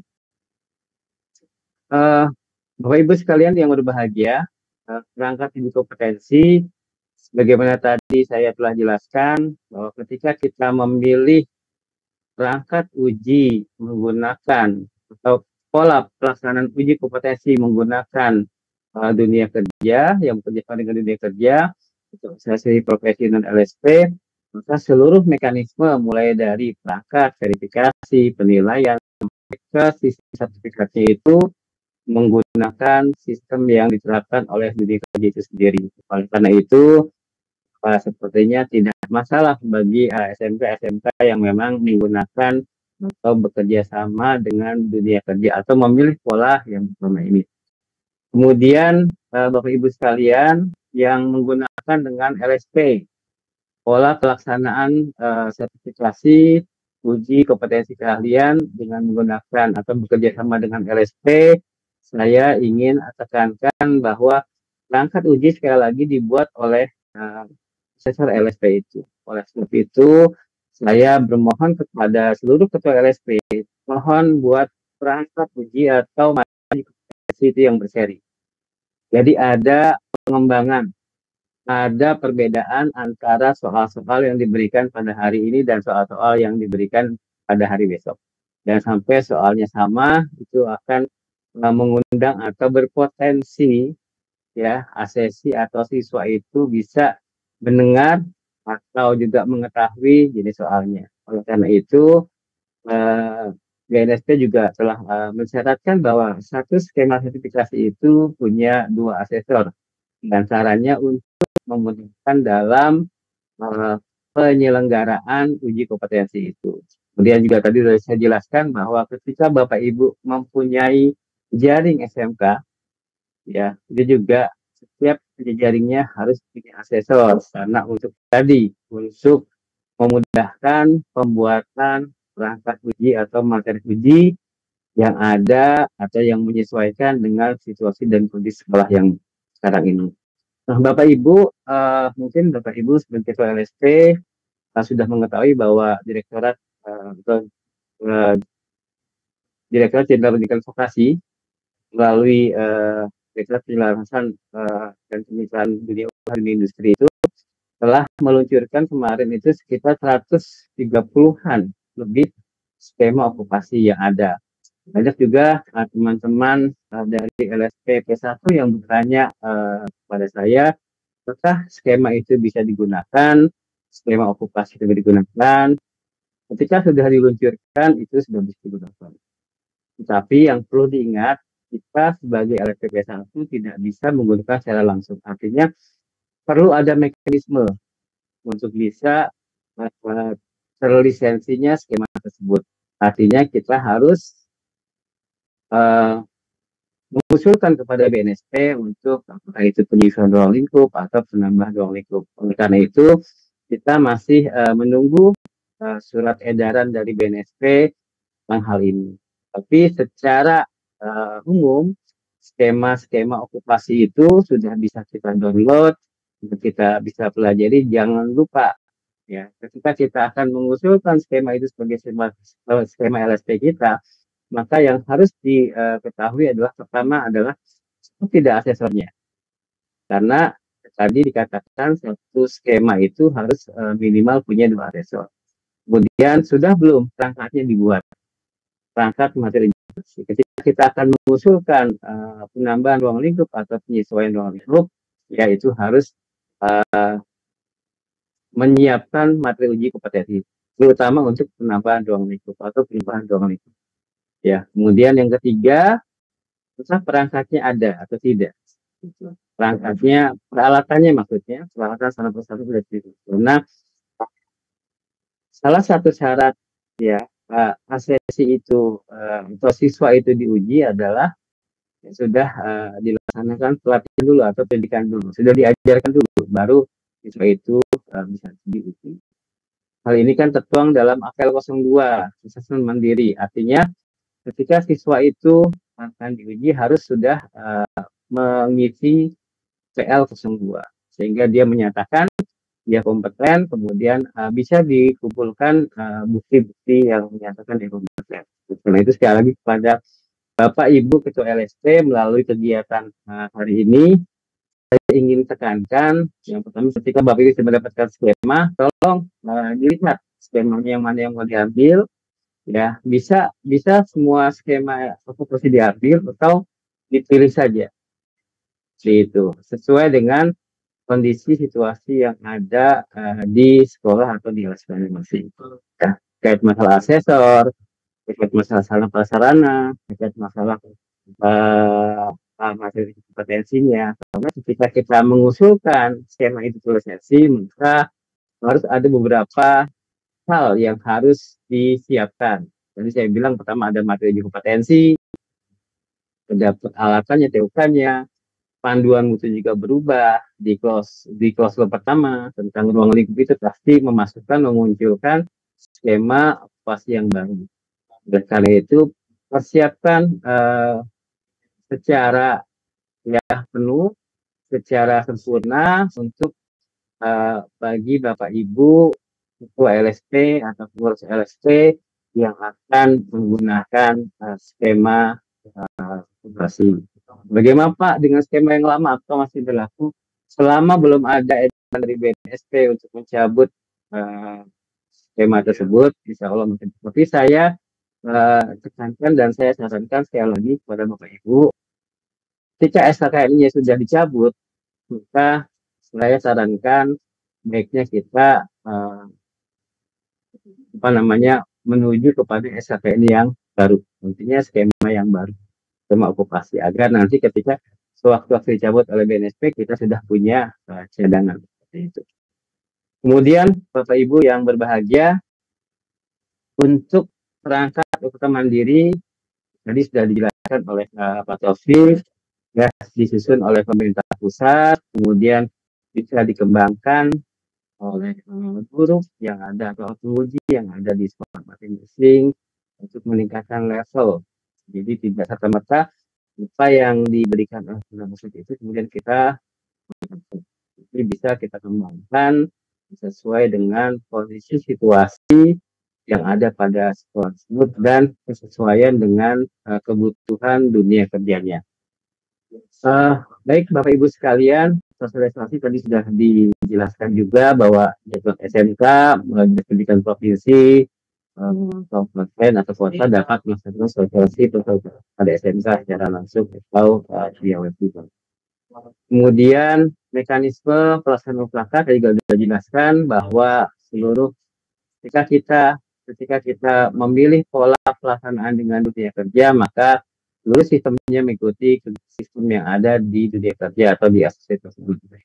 Ketika kita melaksanakan dengan LSP, maka yang harus diperhatikan adalah bahwa ikuti peraturan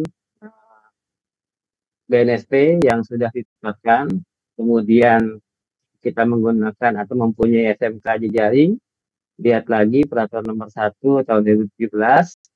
Kemudian saya juga ingin menggarisbawahi bahwa ketika melakukan verifikasi TUK oleh profesor dan dijelaskan oleh BNSP, jangan lupa untuk membaca kembali peraturan BNSP 206, itu tentang domain pelaksanaan verifikasi tentang uji kompetensi, agar Bapak Ibu yang melakukan ya uji sertifikasi dengan LSP itu bisa memahami apa fungsi daripada verifikasi itu. Kemudian Bapak Ibu sekalian, tadi sudah saya jelaskan juga bahwa untuk pelaksanaan UKK bersama dengan LSP itu asesor misalnya dipersiapkan oleh LSP ya. Karena itu tadi saya menyarankan ketika Bapak Ibu punya jejaring, punya asesor dan jejaringnya, mohon materi uji kompetensi itu bisa disiapkan dari asesor jejaringnya, kemudian bisa divalidasi oleh LSP bersama dengan dunia kerja. Kemudian Bapak Ibu sekalian, LSP itu membuka pendaftaran bagi peserta didik yang berhak mengikuti UKK sesuai dengan persyaratan dasar pada masing-masing skema sertifikasi. Nah, biasanya hal ini Bapak Ibu sekalian menjadi hal yang biasa ya, namun harusnya juga Bapak Ibu perlu ketahui bahwa ketika anak itu bukan mendaftar di LSP itu, maka mohon tahapan-tahapan yang ada pada proses pendaftaran di peraturan DSP di 201 tahun 2011 itu, pasal 9 itu, tolong Bapak Ibu amati, cermati syarat-syarat pendaftaran yang ada pada skema sertifikasi yang berlaku. Kemudian pastikan anak tersebut telah mampu, tadi kalau Pak bilang mampu atau dapat ya melaksanakan uji pada skema tersebut. Kemudian untuk sertifikat kompetensi, Bapak Ibu sekalian, tadi sudah menyatakan bahwa diberikan hanya bagi siswa yang dinyatakan kompeten. Saya ingin menggarisbawahi bahwa untuk yang LSP, Bapak Ibu sekalian, asesor hanya memberikan rekomendasi, tidak menyatakan tapi memberikan rekomendasi kompeten. Kemudian yang menyatakan kompeten adalah LSP melalui sidang pleno penetapan kompetensi. Gitu. Kemudian LSP juga bisa menerbitkan skill passport ya bagi unit-unit yang menyatakan kompeten. Atau ketika Bapak Ibu mencicil skema sertifikasinya itu, karena sekarang ini banyak LSP yang masih menggunakan skema KKN level 2 atau level 3, di mana dalam skema KKN itu ada klaster yang Bapak Ibu ketika anak itu bisa ya menyelesaikan satu klaster berikutnya, juga bisa diterbitkan skill klaster sebagai tadi portofolio ya, kalau portofolio sebagai portofolio untuk ya menyatakan bahwa kompeten pada klaster tersebut. Kemudian LSP SMK juga dapat melibatkan dunia kerja sebagai penyelia atau observer, tadi Pak bilang ya. Penilai itu berfungsi untuk mengamati, kemudian memberikan saran, masukan, ya juga ikut juga memberikan mungkin penilaian kepada proses uji sertifikasi yang dilakukan oleh PP1 SMK. Bapak Ibu sekalian, kalau untuk yang pelaksanaan UKK mandiri, saya pikir sudah jelas tadi ya, dijelaskan oleh Pak Taufik. Kemudian mungkin sama pada intinya ya, untuk perangkat disediakan oleh pemerintah pusat, kemudian dunia kerja yang bisa menjadi ya mitra itu adalah yang kerjasama dengan SMK ya. Kemudian nah ini ada perbedaan Bapak Ibu, kalau yang LSP itu verifikasi TUK dilakukan oleh asesor yang ditugaskan oleh LSP. Kalau yang UKK mandiri itu verifikasi TUK-nya dilakukan oleh pengawas yang dibentuk oleh Dinas Pendidikan Provinsi atau Kabupaten Kota dengan melibatkan kerja. Ya, kemudian juga yang hal yang lain, ketika UKK mandiri, penguji di UKK mandiri itu ada internal dan eksternal.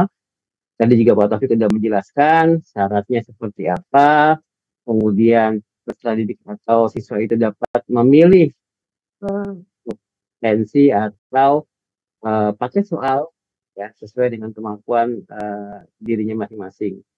Kemudian bagi yang belum dinyatakan belum kompeten pada pelaksanaan UKK mandiri ini bisa mengulang kembali pada paket soal yang sama atau memilih paket yang lain.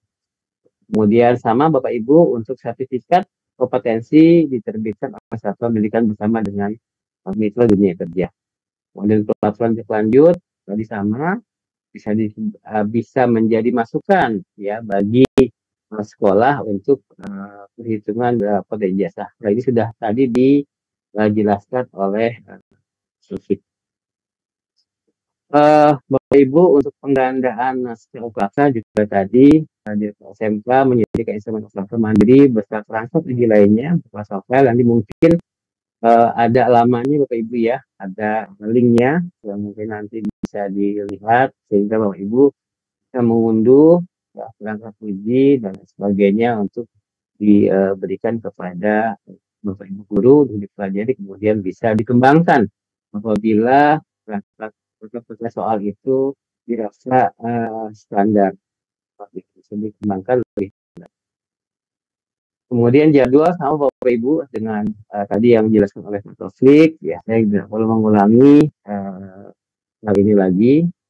Kemudian, nah ini Bapak Ibu tadi juga dengan LSP, ya bahwa asesor wajib mengkonversi capaian kompetensi PSDOKK dalam transport lot dan bidding status. Artinya LSP memang tidak mengenal angka Bapak Ibu, yang ada hanya kompeten dan belum kompeten. Tapi kita ketahui bahwa sekolah atau dalam hal ini dinas pendidikan provinsi itu masih meminta nilai ya. Oleh karena itu asesor atau LSP wajib mengkonversi capaian itu dalam tentang skor 0 sampai dengan 100. Kemudian di sini ada tabel sama Bapak Ibu yang tadi dijelaskan oleh Pak Taufik, ya ada 0 sampai 69 belum kompeten, 70 sampai 80, 80 dan 900 sampai dengan 100. Kemudian ini yang mandiri Bapak Ibu sama seperti tadi yang dinyatakan oleh Pak Taufik, ya seperti ini. Bahkan Pak Taufik sudah menjelaskan ketika belum kompeten, cukup kompeten itu ada pola perhitungannya seperti apa. Oleh karena itu saya mengharapkan dengan adanya waktu merdeka ini pelaksanaan uji kompetensi kalian ya atau kompetensi siswa itu bisa memberikan satu kegembiraan baru bagi kita semua, ya lebih efektif, efisien dan lebih mudah. Kemudian Bapak Ibu untuk penerbitan sertifikat, ya kalau untuk pola pelaksanaan UKK yang pola pertama tadi dengan dunia kerja atau asosiasi dengan RSP tadi, maka seluruh sertifikat, format, kemudian hal yang lain itu mengikuti regulasi yang berlaku. Ya. Kemudian untuk pola pelaksanaan dengan LSP, Bapak Ibu sebagai ketua LSP, saya hanya mengingatkan, mohon dibuka lagi regulasi peraturannya, ya pelaku 02 tahun 2013 tentang pedoman pelaksanaan sertifikat. Ya, penerbitan sertifikat seperti apa, harus mampu tertelusur, kemudian ada KBJI, ada KBLI, kemudian harus ada 2 bahasa ya, bahasa Indonesia dan bahasa Inggris, ya memuat unit kompetensi ya, dan lain sebagainya. Oleh karena itu mohon pada Bapak Ibu Ketua LSP yang nanti akan menerbitkan sertifikat itu membaca kembali peraturan BNSP yang ada.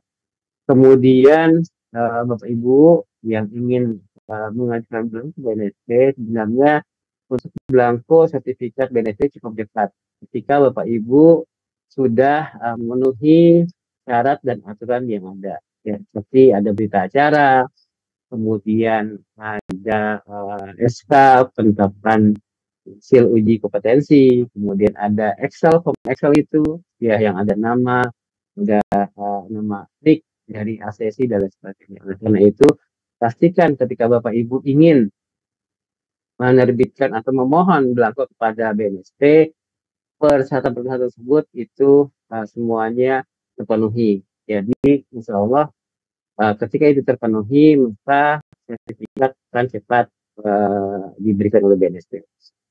Kemudian yang ketiga untuk sertifikat yang dilakukan pengujian dengan pola mandiri, Bapak Ibu lupa untuk sertifikat ini bisa disesuaikan dengan masukan dari Didik Kerja. Kita pun sudah memberikan contoh di lampiran pedoman UPK itu ada contohnya, silakan seperti itu dikonsultasikan dan dikomunikasikan dengan mitra dunia kerjanya agar sertifikat itu bisa sesuai dengan masukan dari dunia kerja.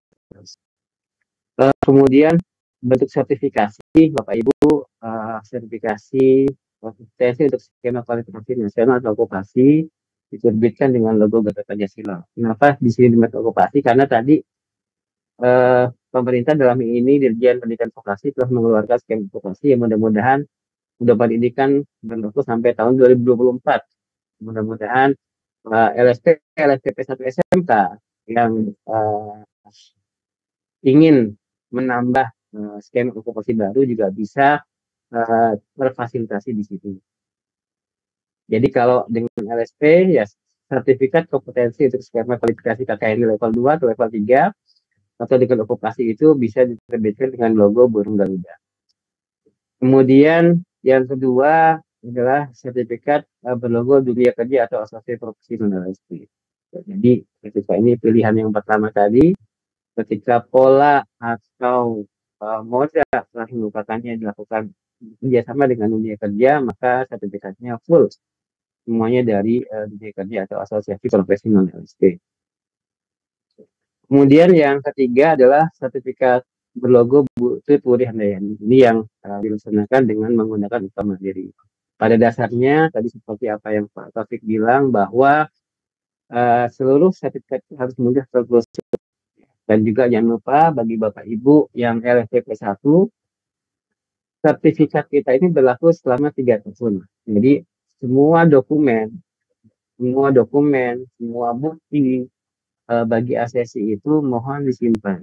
Ya, kemudian juga jangan lupa biasanya BNSP itu meminta laporan 6 bulan pada LSPP 1 SMK, di antaranya ada ketelusuran sesi atau sesi yang telah mendapatkan sertifikat dari BNSP. Alasan itu Bapak Ibu yang menggunakan pola pelaksanaan UPK dengan LSP itu harus senantiasa menjaga hal ini sehingga ketelusuran asesi dengan sertifikat itu selamat.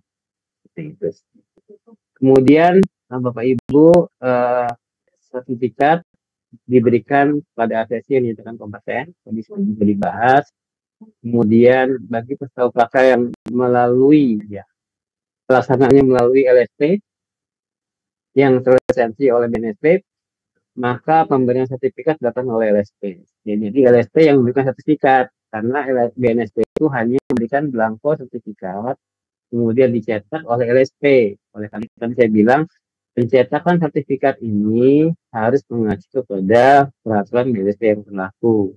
Baik itu KBLI, KBJI, kemudian bahasanya, sehingga nanti Bapak Ibu yang mencetak sertifikat LSP ini bisa tahu seperti itu.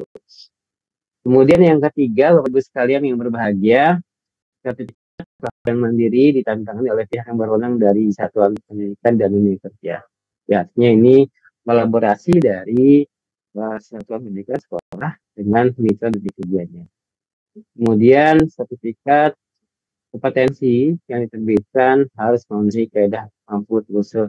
Karena itu tadi saya tekankan sekali lagi pada Bapak Ibu yang menyelenggarakan UKK dengan dunia kerja,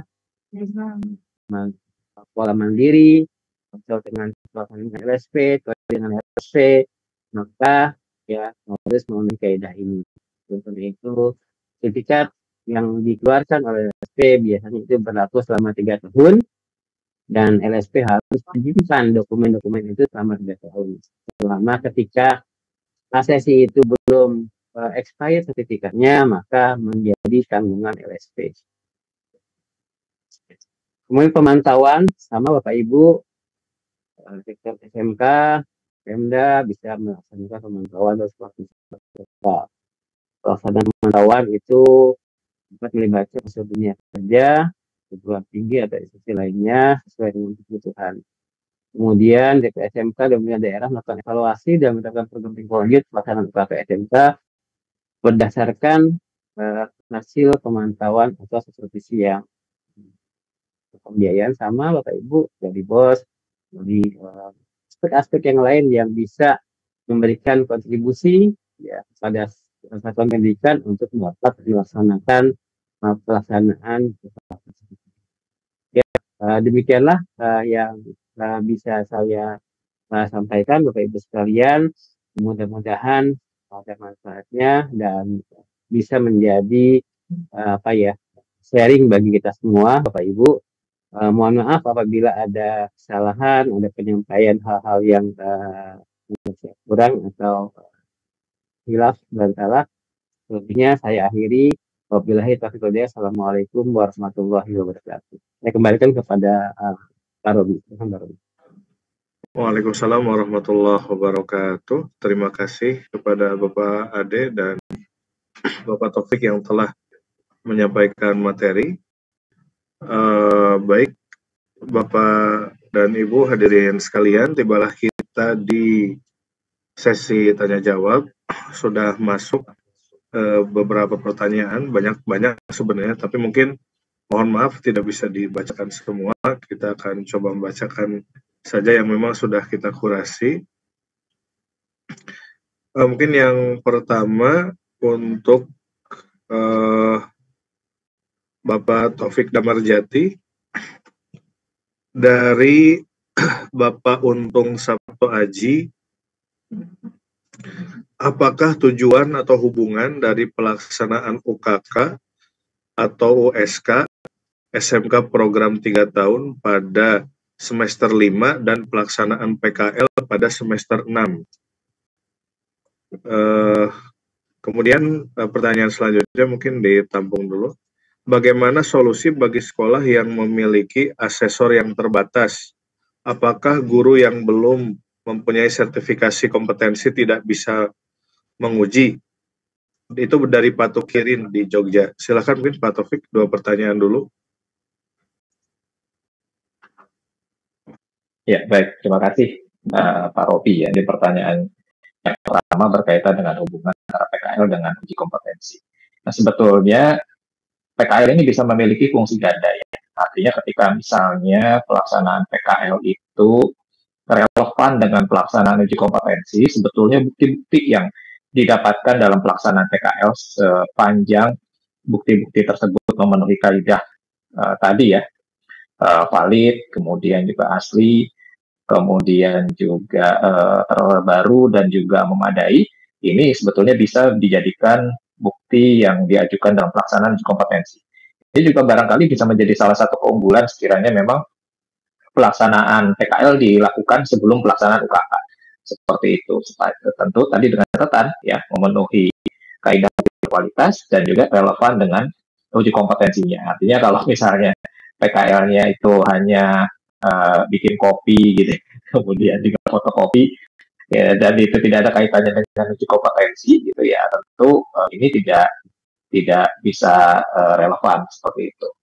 Barangkali mungkin itu ya Bapak terkait dengan hubungan antara PKL dengan pelaksanaan uji kompetensi. Dan sebagaimana diketahui khususnya untuk implementator kurikulum pendidikan, pelaksanaan PKL bisa dilaksanakan secara fleksibel selama kelas 12 ya, bisa di semester 5 atau semester 6 atau mungkin sebagian semester 5 dan juga sebagian di semester 6. Tentu dalam hal pengadministrasian dan rapornya disesuaikan dengan kapan pelaksanaan PKL tersebut berakhir, seperti itu.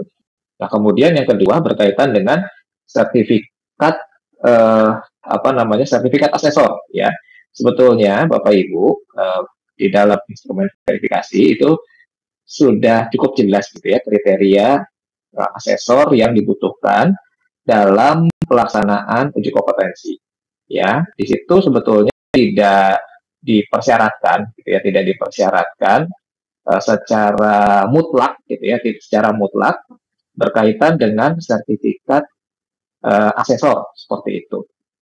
Ya, mungkin di beberapa konsentrasi keahlian atau kompetensi kalian atau beberapa jurusan itu ada yang mensyaratkan secara mutlak. Tetapi kalau misalnya dalam hal penentuan kelayakan uji kompetensi kan ini dinilai secara komprehensif ya, artinya tidak hanya berkaitan dengan penguji saja atau asesor saja, ada yang berkaitan dengan sarana dan lain sebagainya. Dan kalau misalnya barangkali pada persyaratan tertentu mungkin tidak memenuhi persyaratan seperti tadi ya, misalnya sertifikat asesor itu tidak menggugurkan, sudah tidak menggugurkan tidak menggugurkan tempat tersebut atau sekolah tersebut sebagai tempat uji kompetensi keahlian atau TUK, tempat uji kompetensi. Nah, mungkin yang berbeda tentu pada pelaksanaan UKK yang dilaksanakan melalui jalur LSP.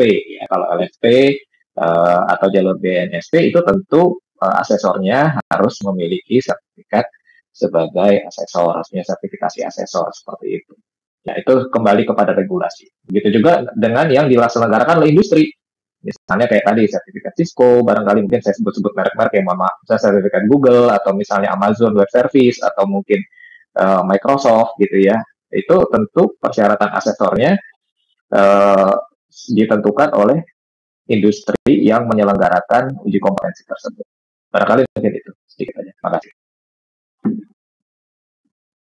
Baik, terima kasih Pak Taufik. Mungkin lanjut, ada pertanyaan lagi. Masih untuk Pak Taufik dari Pak Agus Surono, SMK NU Warga Binangun Cirebon.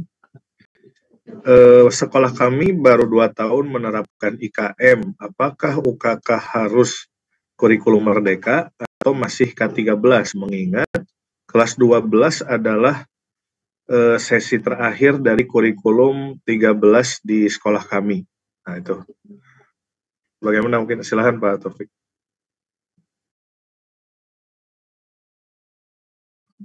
Ya, mohon maaf mungkin bisa diulang pertanyaannya. Tadi tiba-tiba ada yang telepon saya. Oh iya. Ya, sekolah kami baru 2 tahun menerapkan IKM.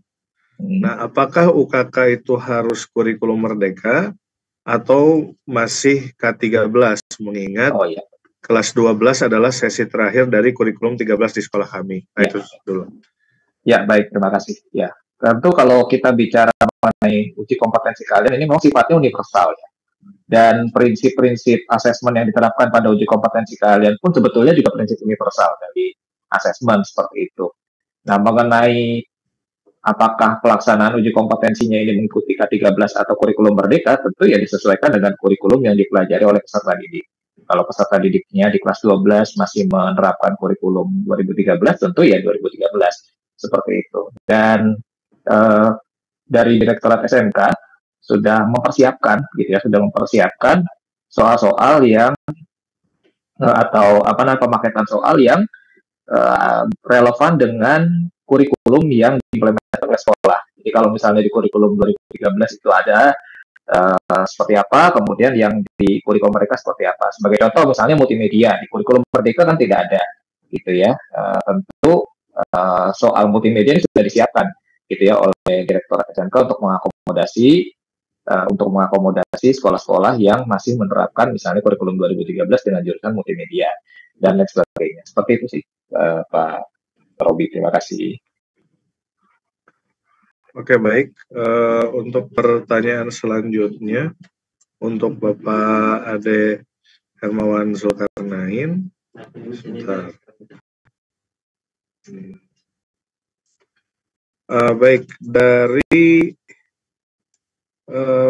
Ibu Umi Saatun, di sekolah kami telah banyak memiliki asesor, akan tetapi kami tidak tahu arah dan bagaimana seandainya mengajukan LSP atau menjadi jejaring dengan sekolah lain. Mohon pencerahannya. Silakan Pak Ade. Terima kasih Pak Taufik. Baik, Ibu Umi Saatun ya, dari SMK mana ya? Saya nggak ada. Oke, baik. Nah, Bu Umi, jadi kalau ketika sekolah itu akan mengusulkan guru produktif menjadi seorang asesor itu yang harus dipahami bersama. Yang pertama, ketika nanti sudah jadi asesor, maka asesor akan berwadah di mana? Akan menempati, akan ikut ke LSP mana?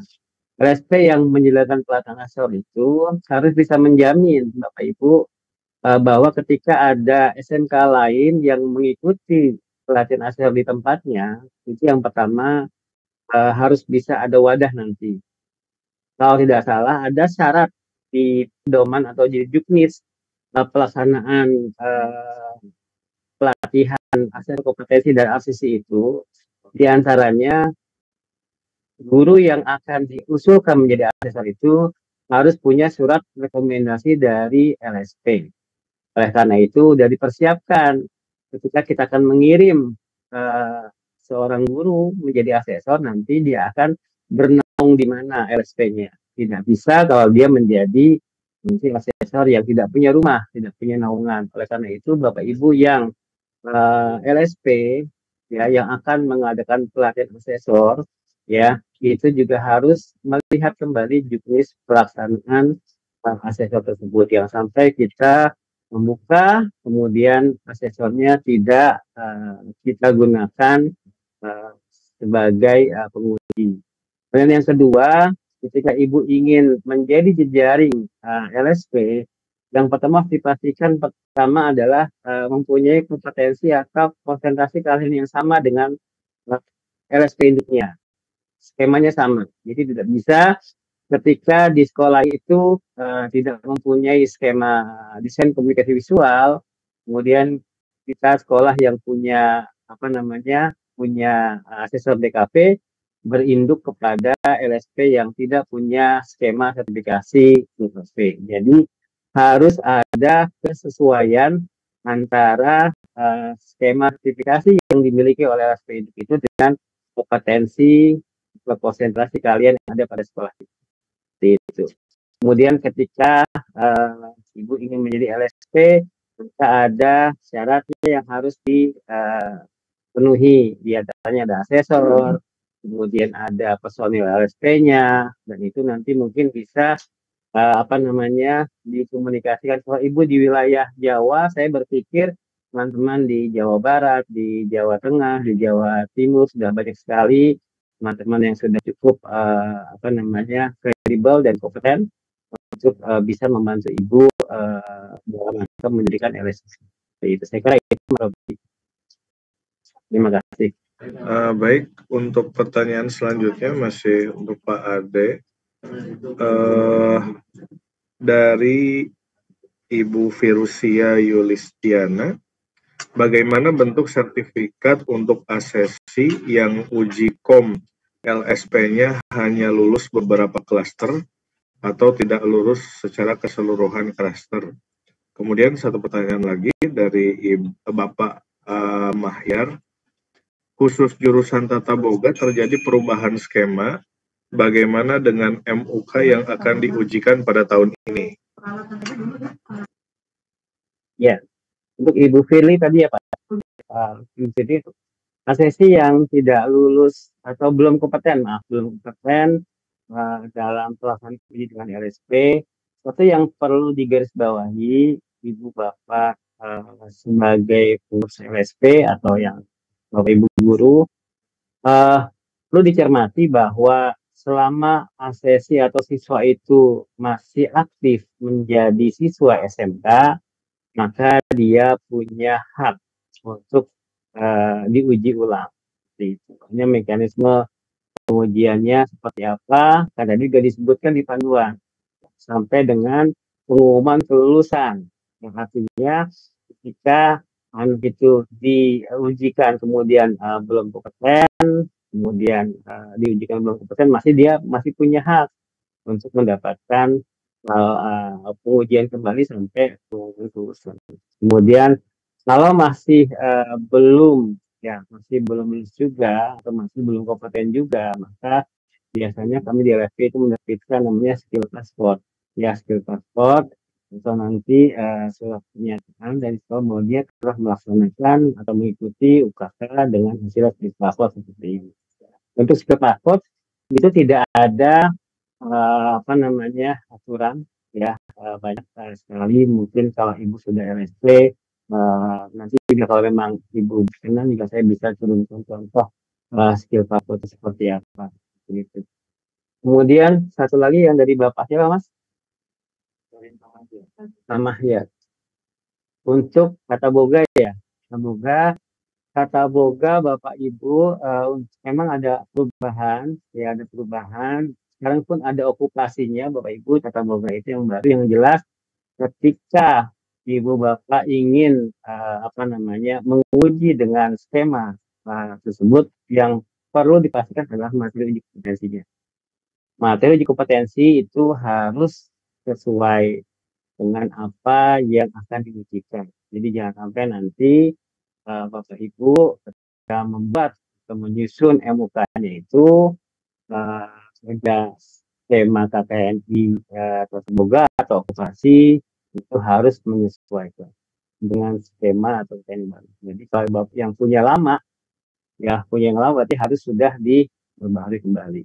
Itu kecuali kalau memang Bapak Ibu skema okupasi, karena skema okupasi kan saya berpikir belum ada yang mengajukan atau karena baru kemarin rilis di bulan Agustus. Yang mudah-mudahan sih itu bisa secepatnya kita Bapak Ibu sebagai LSP bisa membuatkan materi uji kompetensinya sehingga nanti bisa mengadakan penambahan atau penyusunan ulang itu. Jadi sekali lagi MUK-nya harus disesuaikan dengan skema sertifikasi yang ada. Terima kasih. Baik, satu lagi mungkin untuk Pak Ade sebelum nanti ke Pak Taufik lagi. Pertanyaan dari Bapak Muhammad Mubarok, SMKN 1 Wanareja. Apabila sekolah yang punya LSPP 1 ada jurusan yang SKKNI-nya belum ada seperti DKV dan teknik bangunan dan harus menempuh UKK mandiri, bagaimana solusinya? Silakan Pak. Iya. Kalau yang DKV itu di sudah LSP mungkin. Kalau yang berarti harus ikut kurikulum merdeka ya, yang DKV itu ya mungkin nanti bisa dicek kembali. Kalau yang bangunan itu kan biasanya ada yang dari LPJK. Jadi kalau sekiranya nanti belum ada skema sertifikasinya, maka bisa mengikuti UKK mandiri. Ini coba nanti saya cek kembali Pak Mubarok untuk skema yang di sini sudah ada atau belum. Nanti kalau sudah ada berarti Bapak Ibu asesor di LSP Bapak harus segera membuat materi uji kompetensinya, kemudian bisa mengajukan RL kepada BNSP agar bisa skema itu bisa diwujudkan di tubuh hari. Demikian. Baik, terima kasih Pak Ade atas jawabannya. Nah, kembali kita mungkin akan bacakan pertanyaan untuk Bapak Dr. Taufik dan Pak Jati. Ada pertanyaan dari Pak Gigih Sukma Putra. Ada 2 pertanyaan beliau. Yang pertama untuk teknis asesmen portofolio, apakah hasil ujian praktek semester dapat dimasukkan sebagai portofolio? Kebetulan di ujian praktek bersama di akhir semester ada unit kompetensi yang sesuai. Kemudian pertanyaan yang kedua, untuk pengulangan uji kompetensi apakah dibatasi? Hanya sekali atau bisa berulang asalkan jangan sampai melewati batas akhir ujian. Silakan mungkin Pak Taufik.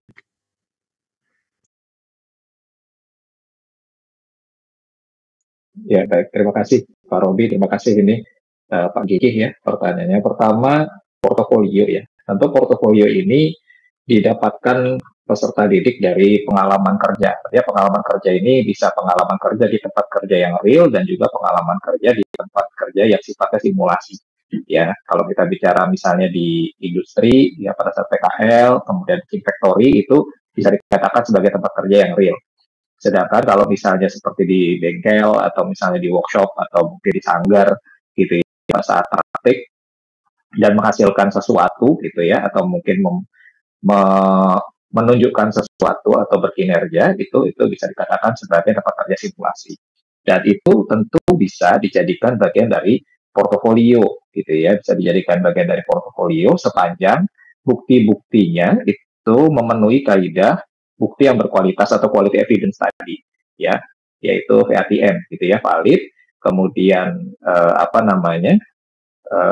terkini dan juga memadai, seperti itu. Ya, jadi harus memenuhi kaidah bukti-bukti yang terkini seperti itu ya. Jadi itu yang pertama.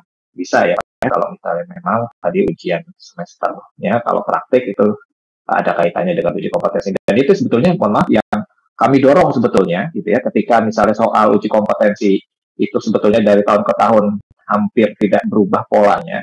Satuan pendidikan itu bisa merancang pembelajaran dan juga merancang kegiatan asesmen yang selaras dengan calon gitu ya, calon soal atau calon praktik uji kompetensi, sehingga bisa dicicil gitu, bisa dicicil dari proses pembelajaran. Sebagai contoh misalnya di budidaya misalnya, ketika budidaya misalnya ada kaitannya dengan perbesaran atau pemeliharaan, itu sebetulnya kan kalau misalnya prosesnya panjang itu bisa dicicil gitu sebelumnya, ya, pada saat nanti diujikan di akhir gitu, peserta uji atau asesi bisa membawa bukti-bukti performa mereka selama berpraktik gitu ya, di mana pada saat praktik itu menghasilkan sesuatu dan barangkali misalnya juga ada asesornya gitu ya, proses asesmennya, sehingga nantinya hasil portofolio tadi bisa digunakan sebagai bahan untuk mengurangi sebagian besar atau sebagian kecil dari langkah kerja pada pelaksanaan uji kompetensi keahlian di akhir pembelajaran. Kemudian yang kedua, pengulangannya berapa kali? Ya bisa berulang-ulang gitu. Nah, itulah kenapa ketika pengulangan itu dilakukan, itu tentu ada pengurangannya. Dan ini sebenarnya juga disesuaikan dengan kapasitas satuan pendidikan, gitu ya. Jadi berapa kali melakukan pengulangan dan itu ditentukan sendiri oleh satuan pendidikannya. Kalau memang pengulangannya bisa berkali-kali, ya silahkan dibuka gitu. Karena kan pasti setiap anak ini memiliki kemampuan yang berbeda-beda gitu ya. Bahkan mohon maaf kadang-kadang ada anak ini yang masuk jurusan itu ya karena salah pilih jurusan gitu ya, karena memang mungkin tidak sesuai dengan minatnya, barangkali juga pengaruh lingkungan dan lain sebagainya, sehingga mungkin pada saat mereka di akhir gitu dalam pelaksanaan uji kompetensi ini membutuhkan pengulangan yang barangkali melebihi dari anak-anak yang lain gitu atau teman-temannya yang mungkin sedari awal gitu ya sudah memang punya passion untuk masuk di jurusan tersebut. Barangkali mungkin itu. Kemudian saya tadi menambahkan sedikit yang disampaikan oleh Pak Ade gitu mengenai DKV. Ini sebenarnya kan Direktorat Jenderal Pendidikan Vokasi sudah meluncurkan skema okupasi. Skema okupasi pada pendidikan SMK gitu ya, dengan Perjanjian nomor 25 tahun 2023. Nah, itu di situ sebetulnya ada beberapa jabatan kerja atau okupasi yang relevan dengan jurusan desain komunikasi visual seperti itu. Jadi mungkin kalau ingin mengajukan skema baru gitu, itu mungkin bisa merujuk kepada skema okupasi tersebut gitu ya. Ada fotografer junior, kemudian juga ada apalagi ya di sini ya. Ada cukup banyak sebetulnya ya yang ada kaitannya dengan dengan uji kompetensi di bidang DKV seperti itu ya. Barangkali itu sebagai alternatif saja gitu ya, sebagai alternatif untuk penyelenggaraan uji kompetensi keahlian khususnya bagi sekolah-sekolah yang saat ini sudah menerapkan lembaga sertifikasi profesi ya, khususnya di tahap pihak pertama atau LPP 1. Mungkin itu aja. Oke, baik, terima kasih Pak Taufik. Ada pertanyaan lagi nih dari Ibu Trihanda